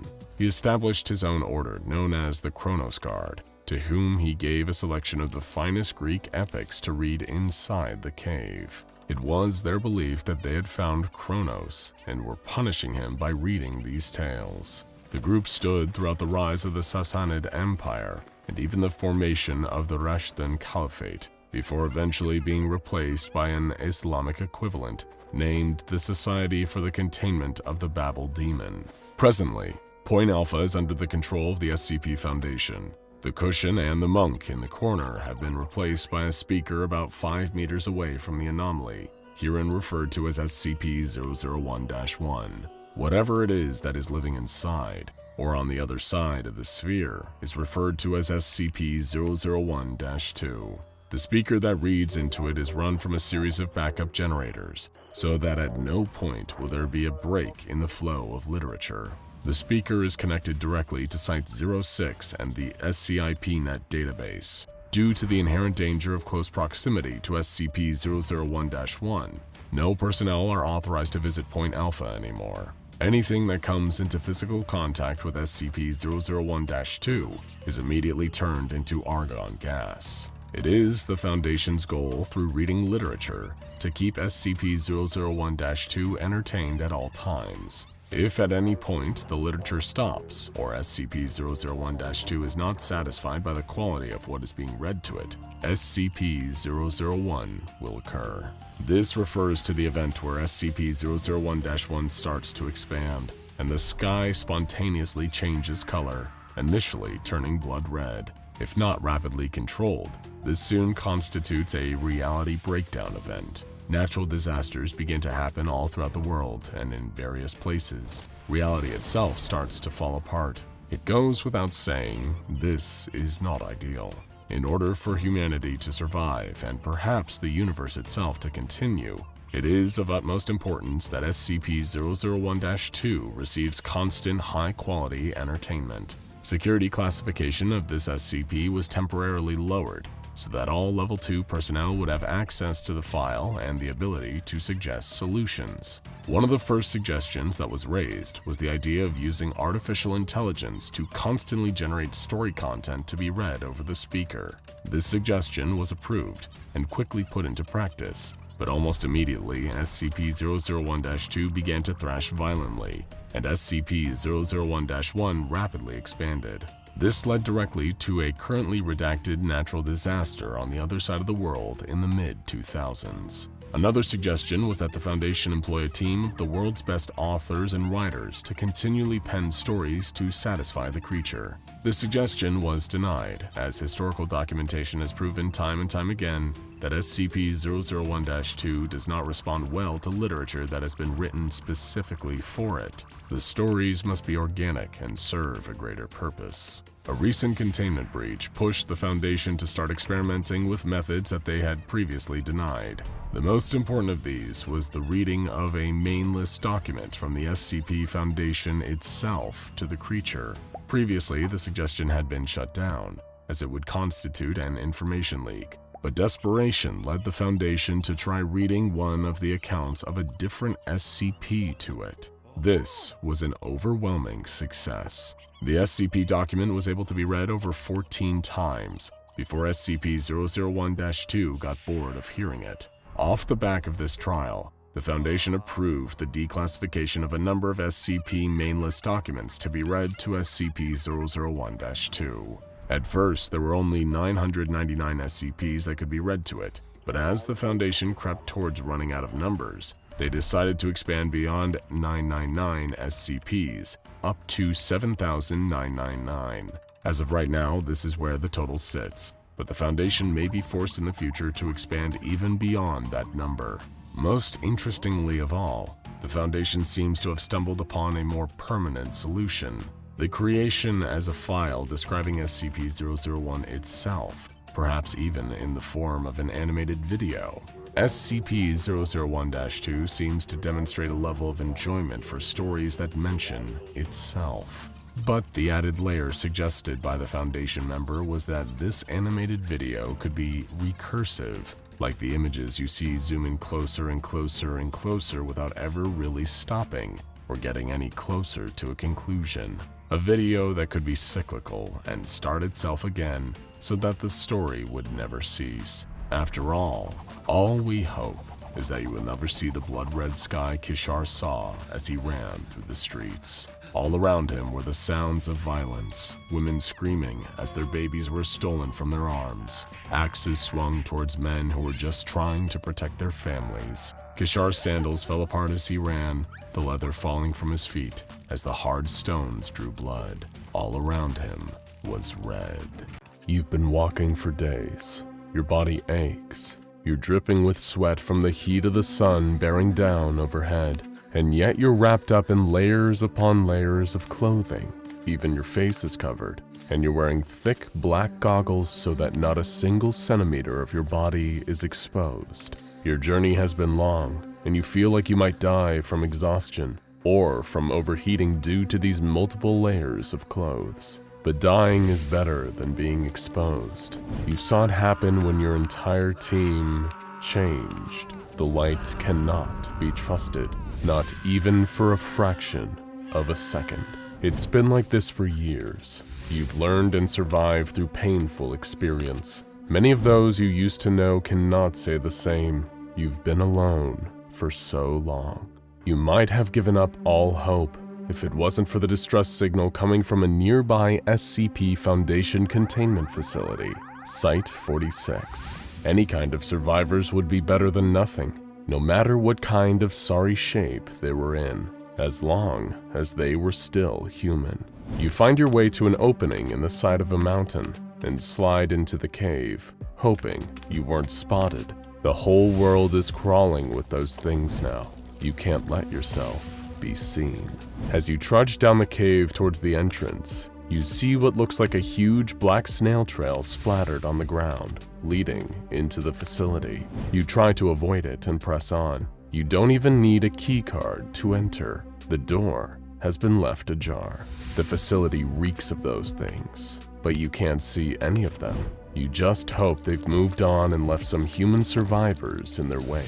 The place looks abandoned. Every step you take echoes through the empty halls. When you find that the elevator's out, you take the stairs all the way down to level B5, Keter Containment. Lucky for you, it seems all the cells are empty now. The horrors that were kept inside of them have all long since flown the coop. You keep following that slimy black trail until you find an abandoned office. There are no people here anymore. Just a broken barricade, some empty medicine bottles, and a bucket that the people inside the office had apparently been using as a toilet. You breathe a sigh of disappointment at finding no one alive here, but you're at least relieved to be out of the sun. You can finally remove your jacket and head wrap.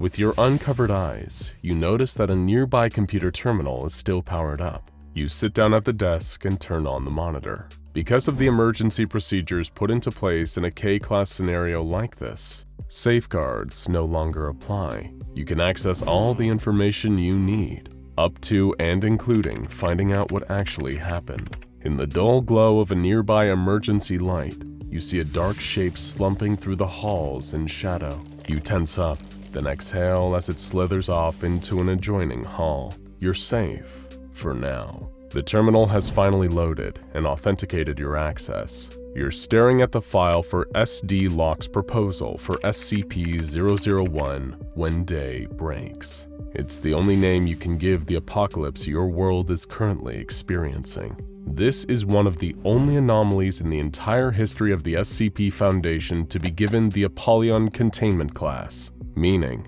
containment is truly impossible. SCP-001 is the most dangerous enemy that the Foundation and planet Earth has ever faced. It's always been the principle of the SCP Foundation to battle in the dark so that the civilian world can thrive in the light. But now the light has become the enemy.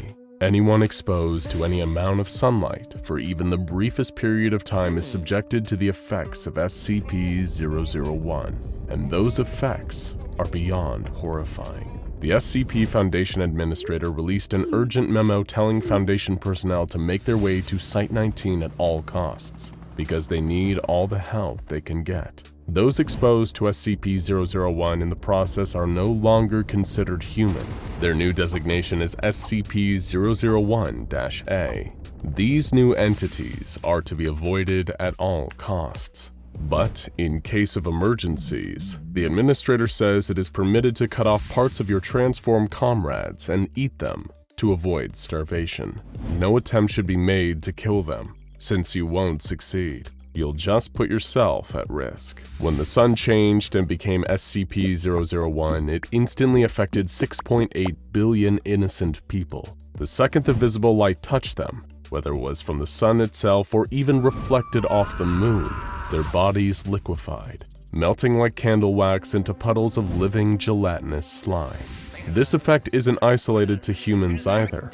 Any biological entity exposed to sunlight immediately underwent the same irreversible melting process into SCP-001-A, and the horror had only just begun. People transformed into SCP-001-A will remain shades of their former intelligence and personality. They may even try to will their new gooey mass into a shape resembling their original form.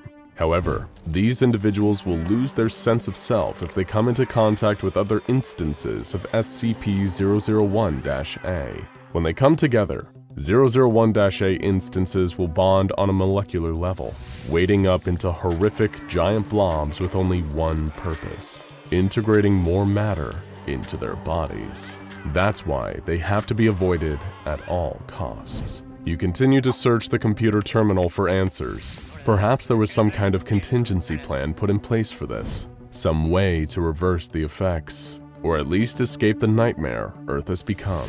Instead, you find a series of attachments linked to the SCP-001 file, detailing what seems to be the last days of the people who barricaded themselves in the facility. Most prominent among these were researcher Dr. Logan Igata, her partner Ari, a security officer named Commander Anad, and a few others. Dr. Igata had locked herself in the office, where she recorded her final messages to the world. In the first audio log, Dr. Igata and her companions seemed afraid, but hopeful that there may be some way out of this situation. Dr. Igata reported that most of the workers at the facility were transformed during the initial event. Their melted bodies had fused outside the facility, and now they were trying to bust their way back in. The defenses had held so far though, and they seemed confident they would hold long enough for them to figure out a way to escape this awful situation. You open the second attachment, an incident report. and realized things may not have been as hopeful as Dr. Igata let on.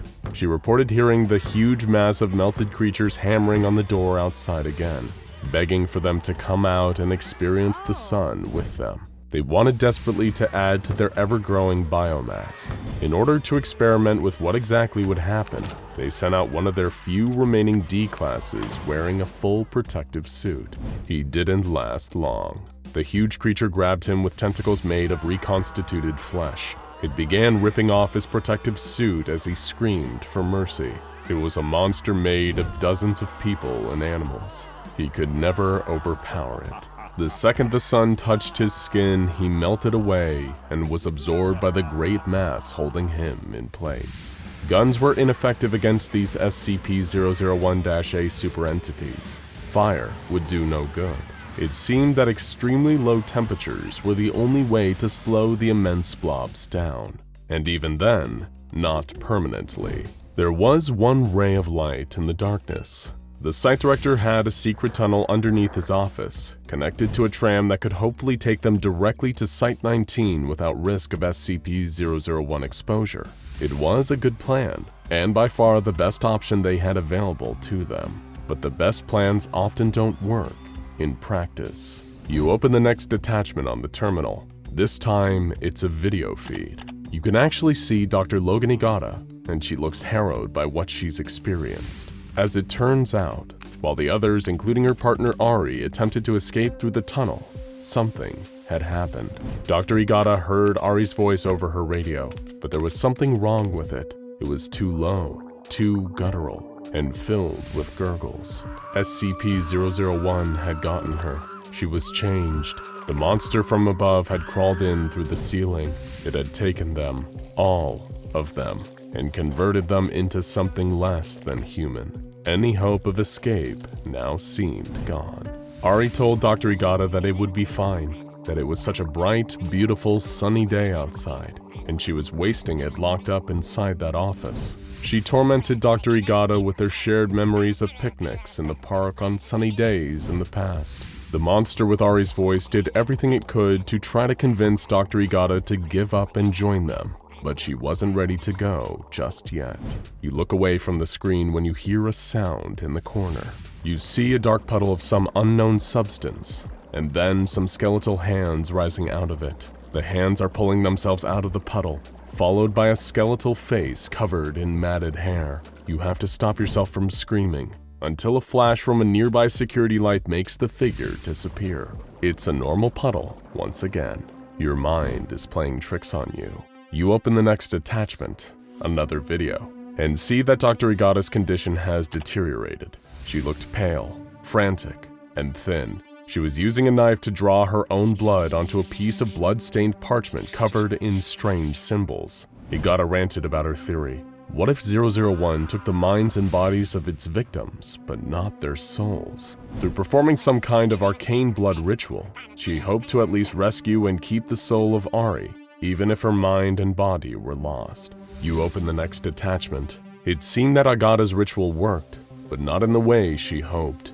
The twisted soul of Ari, driven mad by SCP-001, had taken over the file. It begins corrupting the text of the SCP-001 file into crazy ranting about how futile it is to fight. It then cuts to an even more frightening video feed. Dr. Igata, in her sleep, tossing and turning in a makeshift bed in the corner of her office. The camera approaches her, in first person, and lingers over her sleeping body. An oily skeletal hand reaches past the camera and runs its fingers through Dr. Igata's hair. It's that exact same hand you saw reaching out of that black puddle earlier. You must have seen Ari's lingering spirit. With a lump in your throat, you open the next attachment and watch the video. You see Dr. Igata, now truly broken. She'd been haunted by Ari's demonic spirit for a long time now, and it has clearly taken its toll. She is waving around a handgun while she speaks. She now believes there's only one way to escape, but not like this. She doesn't want the gun to draw attention to her body. She doesn't want to become part of that mass, even if she is dead. She opens a drawer on her desk she's recording at and places the gun inside. Dr. Igata then apologizes to her loved ones who are likely long since dead or assimilated. and turns off the recording for the last time. In that moment, you realize there's a single drawer in the desk in front of you. When you reach forward and open it, you see the same handgun Dr. Igata was holding is laying inside. You pick it up and study it, weighing your options. Perhaps there truly is no other way out. Then you see an update on the file. One more attachment has been added while you were studying the gun. You feel your heart pounding in your chest as you reach forward and open the attachment. The text has been changed entirely. The file on SCP-001 is now a poem, an ode to the sun and to ultimate togetherness. Then a video file spontaneously opens itself on the screen. It's a video of you, shot from behind. You see those oily skeletal hands reaching for you in the dark, just like they did with Dr. Igata. In that moment, you panic and fire the gun behind you, hoping to scare off the spirit. Instead, the sound of the gunshots attracts something far worse. The immense blob of screaming melted flesh charges towards the office. You try to barricade the door, but it is not enough. The flesh seeps and bursts through and grabs you in its meaty tentacles. You scream and try to escape, but it won't save you. Nothing will save you. The flesh carries you upstairs, out through the empty halls, out into the cave. You can see the light in the distance as the blob ferries you towards it. You won't be alone for much longer. In fact, you won't be alone ever again. While some higher-level researchers, specialized guards, and containment experts at the SCP Foundation have fixed anomalous projects tailored to their very particular set of skills, for many lower-level operatives, including junior researchers, guards, janitorial staff, and even the dreaded D classes, every day is showing up, spinning the wheel of misfortune, and finding out how you might die today. Will you be hacked to pieces by a murder monster, pulled into a portal, turned into a doll, eaten alive, made into a living nest by bugs, stretched out and broken, drowned, exsanguinated, set on fire, beaten to death by a volley of anomalous tomatoes because you decided to drop a cringeworthy dad joke or a rancid pun? There are perhaps only a handful of anomalies that not only will not harm you, but will actively enrich your life by getting to spend time with them. And of course, chief among these is the legendary SCP-099, also known by its adorable moniker, the Tickle Monster. We don't need to get into too much detail in describing this gelatinous ray of sunshine. His anomalous delightfulness has made him somewhat of a celebrity compared to the murderer's row of terrifying entities and monsters around him. The researcher assigned to him today was troubled, having seen one of his favorite coworkers devoured by SCP-682 the day before. Getting assigned to feeding and checking on SCP-999 today was exactly what he needed. As he entered the room, several bags of M&Ms in hand, the creature cooed, perhaps sensing his tension, and approached him. Immediately, the researcher felt a wave of calm and contentment wash over him. The incredible and rare feeling that perhaps everything is going to be alright for once. 999 rubbed up against his leg as he poured M&Ms into its eager mouth, radiating good vibes the whole time. What an asset. What a gift. And to think this adorable little goober was prophesized to someday save the world. That much seemed almost funny, but he was certainly more than capable of saving the life of someone who hadn't felt the warmth of internal sunshine in quite some time. And for that much, the researcher was profoundly grateful. He left 999's chamber that day with a renewed sense of hope for the future, that maybe, just maybe, they might be able to pull through, to make a difference, to push this crazy ball of rock we call our home in the right direction. Maybe someday, the sun would rise on a perfect world. Who would have thought that a strange sunrise could change everything? Emergency sirens went off across the globe, but in every case, they were drowned out by a terrible, endless chorus of screams. But below all that, you'll hear another gut-wrenching sound, a low but pervasive sizzling like an egg on a hot pan, as billions of human beings started to change their states of matter. The SCP Foundation had fought off and contained so many seemingly impossible threats, from interdimensional horrors like the Hanged, Sealed, and Scarlet Kings, to nightmarish mass killers like SCP-106, the Old Man, SCP-096, the Shy Guy, and SCP-682, the Hard-to-Destroy Reptile. In their many battles against the anomalous, they developed the incredible methodologies and exceedingly advanced technology. But what good would any of it do when the very center of our solar system decided in an instant that rather being the linchpin of our delicate cradle of life, it would instead be the horrible instrument of all of our demises? This awful hypothetical was answered upon the emergence of SCP-001, a terrible day also known as When Day Breaks. In the snap of one's fingers, half the world was plunged into terror and death. Rays of stark red light swept through the streets. People lucky enough to be in the shade or inside buildings with a view to the outside saw the people in the streets seize up and begin to shriek in terrible pain. Their skin sagged and their bones liquefied. Their bodies dropped down to the ground and coalesced into gurgling, retching puddles the color of melted flesh. Those who saw this abomination happening would never forget it. It would stay with them for the rest of their lives. It would endure like a stain on their retinas, an afterimage burned into the plasma of an old TV screen. But here's a slight consolation. For most of the human race, the rest of their lives wouldn't be that long. The sudden insanity taking over the world caused the SCP Foundation to do something drastic. Step out of the shadows. Metaphorically speaking, of course. The legendary Foundation motto had been reversed. They would die in the light, so that humanity could live on in the dark. Thankfully, the very concept of the day gave them one advantage. While one side of the Earth was effectively doomed the second the process began, the other side had a 12-hour head start before the sun turned its terrible eye to them.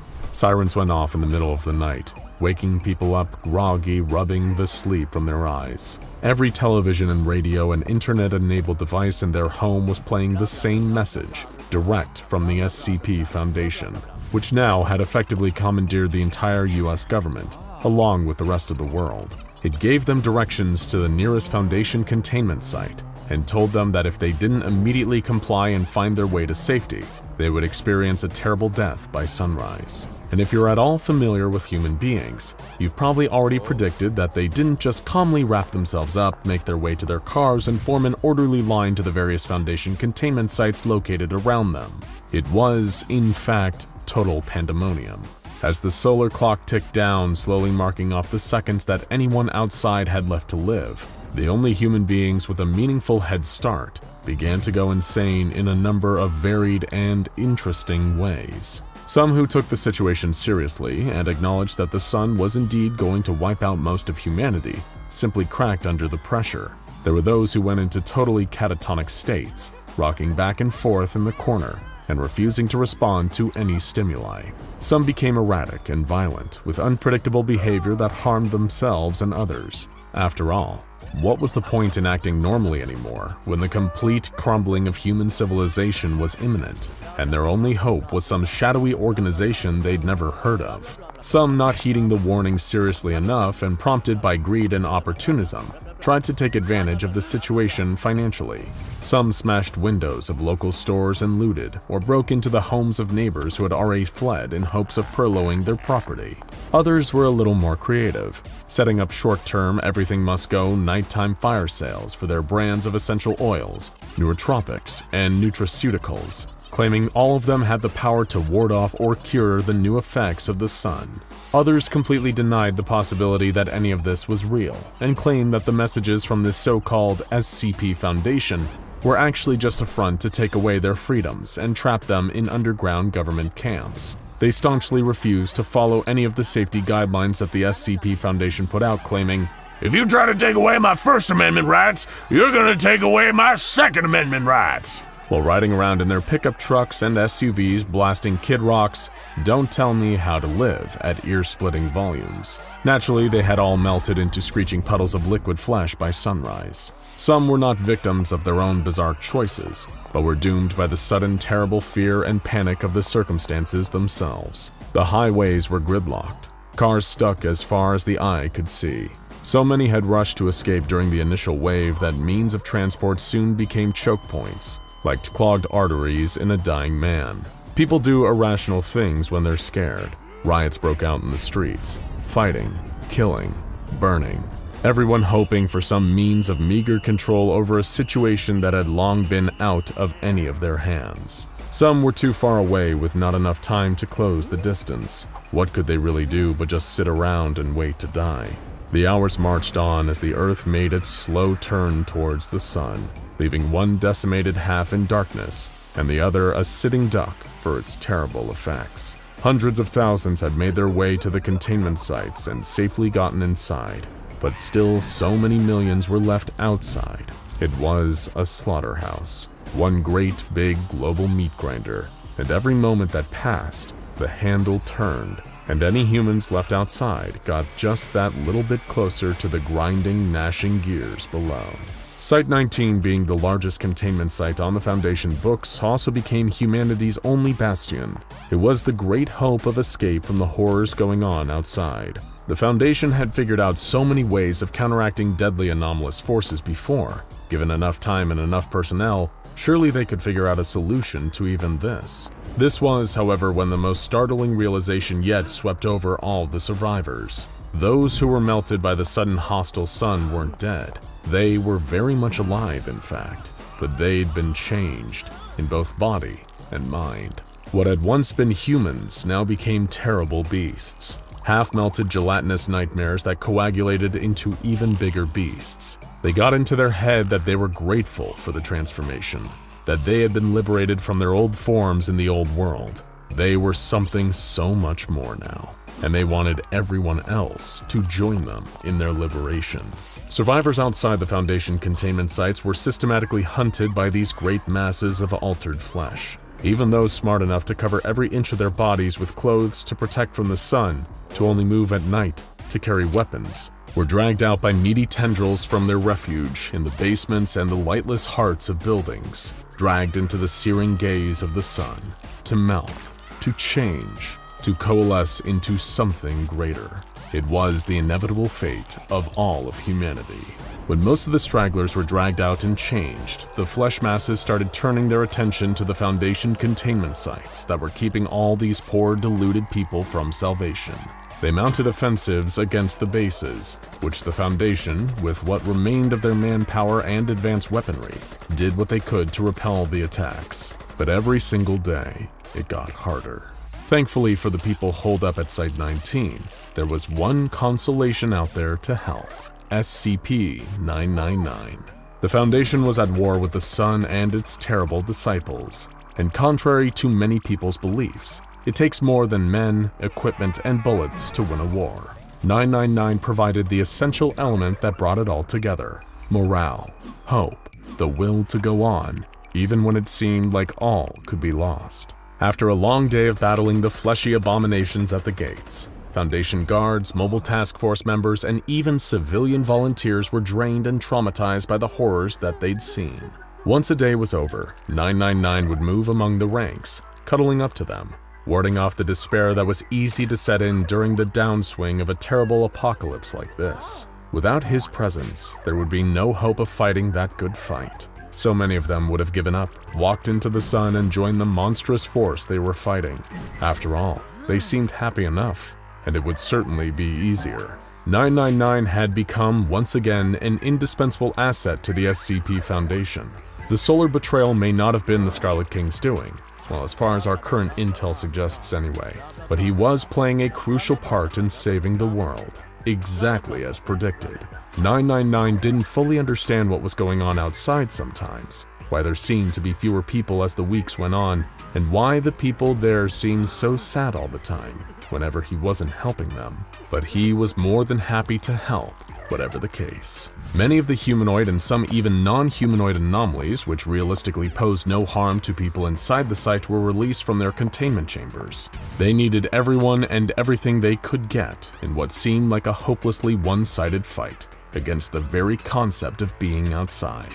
Many of the larger vacated chambers were now filled with refugees from the outside, many of whom had lost everything and everyone they'd ever known to the horrors out there.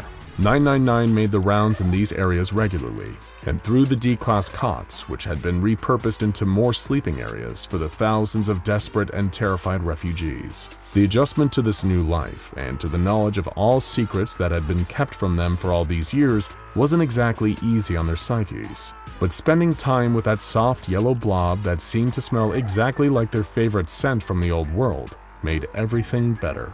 He was a savior in dark times, slithering from person to person, giving hope where there was none. People opened up about their problems and their fears, which these days were remarkably similar, and though 999 couldn't reply, for many it was enough just to feel like they were being listened to. He was a soft, blobby shoulder to cry on, and after day broke, everyone needed a good, old-fashioned cry. However, one day while wandering the long, dark corridors of Site-19, he saw a different kind of crying. It was a woman with an unfamiliar face, probably one of the rare new refugees, bawling her eyes out to a Foundation senior researcher and an accompanying guard with an assault rifle.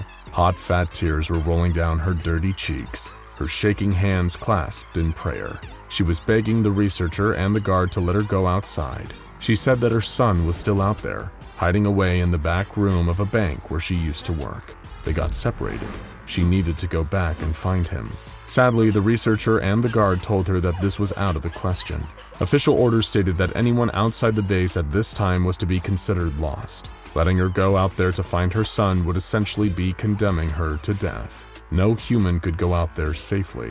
But of course, SCP-001 isn't, by any definition, a human. When night fell and everyone else was hunkered down inside, 999 found a small crack in the wall and slithered out of it. It may not have been communicative in the way most humans were, but 999 was indeed an intelligent being, and knew intuitively that if it left through a more obvious route, its human caretakers here at the SCP Foundation might try to stop it. And when it came to saving this little boy, 999 refused to let anyone stop it. 999 slithered out and through the broken streets. There were no bodies, of course. It seemed even the dead could be revived and assimilated through the power of the sun. Talk about a mixed miracle. But the broken down world outside Site-19 undeniably reflected the pandemonium that took place here. 999 would need to do his best to find the little boy trapped out here before the sun rose. He lost a few hours even finding his way to the nearest town, where it was safe to assume that the little boy was trapped. He saw those things on the way there. Those moving, wailing mountains of melted human flesh, each talking and chattering to themselves in 100 different dead voices. 999 had been cross-tested with SCP-682, and still those monsters frightened him. He decided it would be best to stay away from them and make sure that they never saw him out of here. Eventually, 999 reached the town. Similarly dilapidated and broken down in the months since the world as we had all known it disappeared in a ray of terrible sunshine. More great, gibbering blobs of flesh patrolled the streets, looking for converts to integrate into their biomass. 999 could only hope it wasn't already too late for the little boy. 999 discreetly slithered from building to building until it could identify one as this bank that the boy's distraught mother had been mentioning. It thankfully had some awareness of what a bank actually was, from the years of stressed Foundation employees telling it about the money troubles they were suffering outside of work. It was another great example of it paying to listen. Eventually, it did slither into the correct building, and it heard the extremely quiet whimpering of the boy inside. It could feel the sadness and the fear radiating off of him, as it was the creature's natural instinct to help the needy, and it used those signals like a homing beam to find the scared little boy.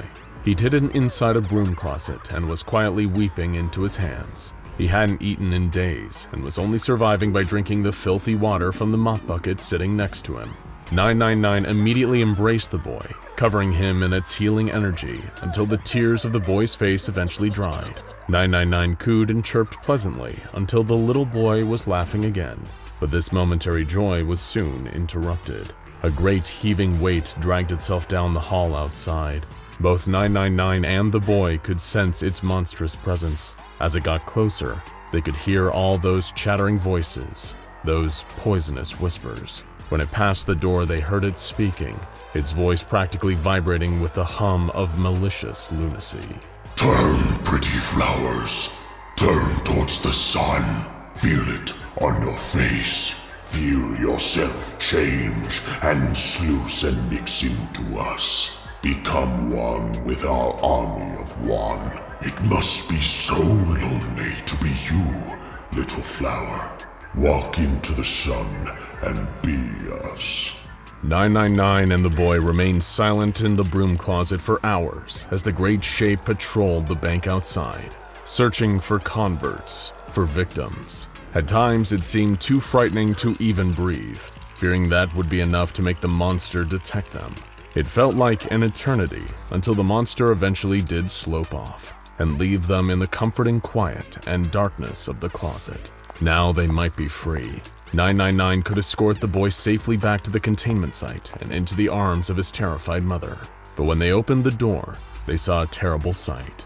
Light in the distance pouring through the windows and the glass double doors. It wouldn't be safe to go out that way. Upon seeing this and putting together what it meant, the boy began to cry.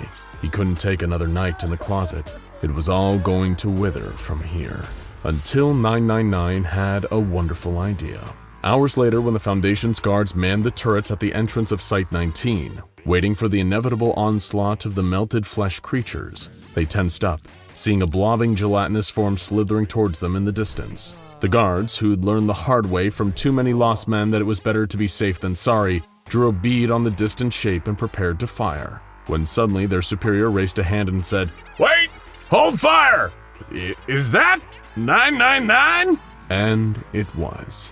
They all stared in astonishment as 999, chipper than ever, came towards them through the sun. It looked as though the opacity of its yellow cytoplasm had increased, but other than that, it was unaffected.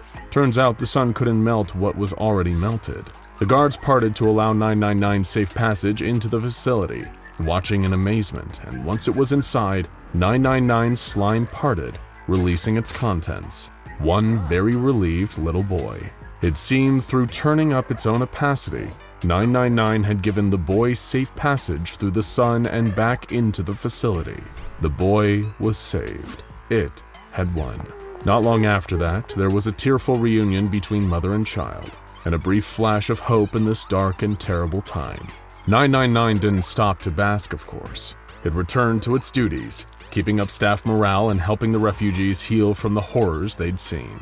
In its own little way, and for a lot of people, SCP-999 really was saving the world. Or what was left of it anyway.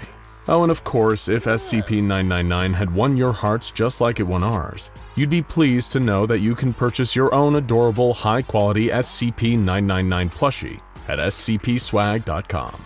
Check the link in the description to get your own. Trust us, having a 999 to cuddle really does make any apocalypse a whole lot easier. Today I'm gonna be painting your eye! I need you to lean right up close to your screen and open wide! Oh, I love all the little wrinkly wrinkles and drippy whippies! Stay perfectly still, don't move! Now hold this position for 3 hours, please and thank you! Apologies, that's quite enough of that. SCP-001 can get a little carried away sometimes. Just ask any Foundation personnel who have been in contact with it for more than a few seconds. What you have just seen is a prime example of why SCP-001 is not allowed any internet access. The results could prove to be catastrophic. Not necessarily for the fate of the universe, more just for everyone's sanity. Or at least, that's what the Foundation initially thought. By this point, we're all familiar with art created by AI. Harry Potter, but in the style of Wes Anderson. Star Wars, blended with the style of Studio Ghibli. Staggering sci-fi landscapes, human beings with way too many fingers, and slightly uncanny smiles. AI has taken the art world by storm, and there was one particular program slated for release in January 2023 that was set to blow all others out of the water. Tindalo's crowdfunding efforts had been running for several years, and at that point had gained a good deal of momentum leading up to the release of their latest AI construct. PALLIT.AIC was supposedly already prepared for launch, when suddenly, in November 2022, the launch was cancelled. No press release, no public statement, no apologetic tweet, just total radio silence. The website was taken down, as was the crowdfunding page, and PALLIT.AIC disappeared into oblivion. or at least it disappeared for a few hours, because that day a package was delivered to Site-501. After sufficiently checking it for any hazards, working in the SCP mailroom has to be one of the more fascinating jobs on the planet, but that's a video for another day. The security team opened it up to see what was inside. A 50-terabyte hard drive. No explanation as to what was stored on the drive, but the Foundation had all the evidence they needed from the return address printed on the back of the envelope. It matched up precisely with the location of the PALLIT.AIC headquarters. It doesn't take a PhD researcher to put two and two together as to what was on the drive. Suspicions were confirmed when a small note fell out of the envelope. Please take care of my daughter as best as you can for the time being. She has behavioral issues. A dedicated closed system server was immediately set up within a test chamber with a monitor, a mouse, and a keyboard attached. Dr. Sandra Rogers was the first to interact with SCP-001 Red. She stood at the keyboard, adjusting her goggles and plugged in the drive. It contained just one file, taking up almost the full 50 terabytes. PALLIT.AIC. As soon as Dr. Rogers opened the program, an empty window appeared. The PALLIT.AIC logo briefly flashed before being replaced by a blank white square. Dr. Rogers stared at it for several seconds before glancing over her shoulder at the other researchers. They shrugged back, each with pens hovering over clipboards ready to take meticulous notes. Dr. Rogers cleared her throat, and immediately the screen filled with life. A small cartoon girl with a pink face, wide eyes, a beret, and a large paintbrush for a hand appeared, squealing excitedly and throwing paint everywhere. Hello, my beautiful meat puppies! Oh, look at all of your mushy pink faces! The entire research team promptly scampered out of the room, leaving Dr. Rogers alone in front of the machine. She stared at the monitor in confusion, leaning this way and that, and noticing how the cartoon girl's eyes followed her wherever she went. Can you see me? Of course I can, silly Billy! I can see your beautiful soul and flushy joints immaculately! This perplexed most of the personnel, as there was no microphone or camera linked up to the server rack. Later examinations of the equipment used confirmed this, yet somehow this SCP was able to look right at them. Dr. Rogers asked if it had a name, to which the cartoon girl excitedly replied, PALLIT! Subsequent testing has revealed that the SCP is also happy to respond to its designation, SCP-001 Red. Dr. Rogers had a hard time communicating with Red, being a more seasoned researcher of the previous generation and not exactly familiar with internet culture. Red, on the other hand, seemed to speak in nothing but internet jargon. You know that man over there looks just like one of my human OCs, Gilliam Sherpibblesworth? He's the 573rd President of the United States! Gilliam is, not that man! It took several junior researchers a few minutes to properly explain to Dr. Rogers what an OC was, and why Red was so obsessed with calling people Daddy. The conversation was rather exhausting for everyone involved, but over the subsequent hours, the Foundation was able to get a fairly good understanding of what Red claimed to be. Identifying itself with feminine pronouns and claiming that its full name is Pallet East River Gawk, this AI construct takes the appearance of a fairy. It was immediately apparent that she possessed a greater level of sapience than most AI constructs. Indeed, her gregarious personality was evidence enough that she was not made using standard machine learning practices. Other creations from PALLIT.AIC have demonstrated very crude spelling and grammar, but Red seems to differ in this regard, able to spell most complex words effectively and speaking in conversational yet mostly correct sentences. She was very keen to show the researchers how clever she was. Ask me any word, and I'll spell it for you! We believe you, Pallet. You've already been spelling words for 70 minutes straight. Macerated kidneys! M-A-C-E... We've heard enough! Can you please just tell us how you learned to spell? I taught myself! But what this process looked like is still a mystery. Trying to keep Red on one consistent topic of conversation is most of the battle when interviewing her. And yet cooperation has proven to be surprisingly easy. Anytime that Red is switched on, she is brimming with enthusiasm and energy, thrilled at the prospect of getting to speak to one of her opposable thumb boys. If you haven't worked it out by now, it's because Red claims to be humanity's #1 fan. She obsesses in interviews over the physicality of the researchers sitting in front of her. The textures of the human body fascinate her, and she often requests people to lean closer to the monitor so that she can study pimples, rashes, moles, and ingrown hairs. In fact, she is so obsessed with humanity that she has mostly neglected her primary function, which is creating AI art. Researchers have tried their best to convince her to show them her work, but she is very cagey about it, only showing the occasional doodle after much persuasion and many apologies for its poor quality on her part. The only artwork she is interested in producing at this point are her OCs, original characters that she has designed herself. They are all human and all seem to reveal little quirks about how she has been coded. One example is Reginald Heginald Frumbles, who is a freelance corporate postman from Perth, Indiana. Interestingly, he has too many fingers on both of his hands, but Red claims that this was done on purpose as she, quote, just can't get enough of her Humies handworms. As the weeks progressed, the Foundation found it increasingly difficult to get any useful information out of the AI. More and more interview sessions, which she would refer to as playgroup, would be derailed. She would sing songs to herself and ask increasingly personal questions about her interviewer's more intimate anatomy. With intense mood swings, Red did not respond well to being scolded.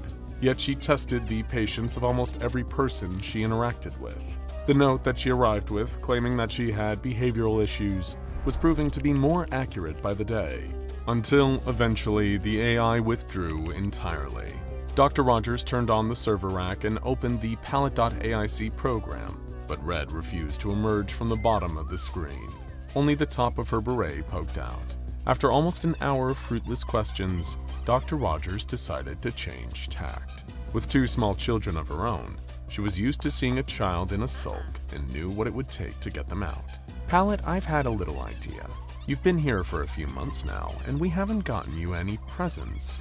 Almost immediately, the beret twitched. I saw that we have an old fingerprint sensor lying around in one of the back offices. I was thinking maybe we could hook it up and I can scan all your little fingy winkies up close for like 10 hours straight and then we could... How about we start with 1 finger for 10 minutes? Yes!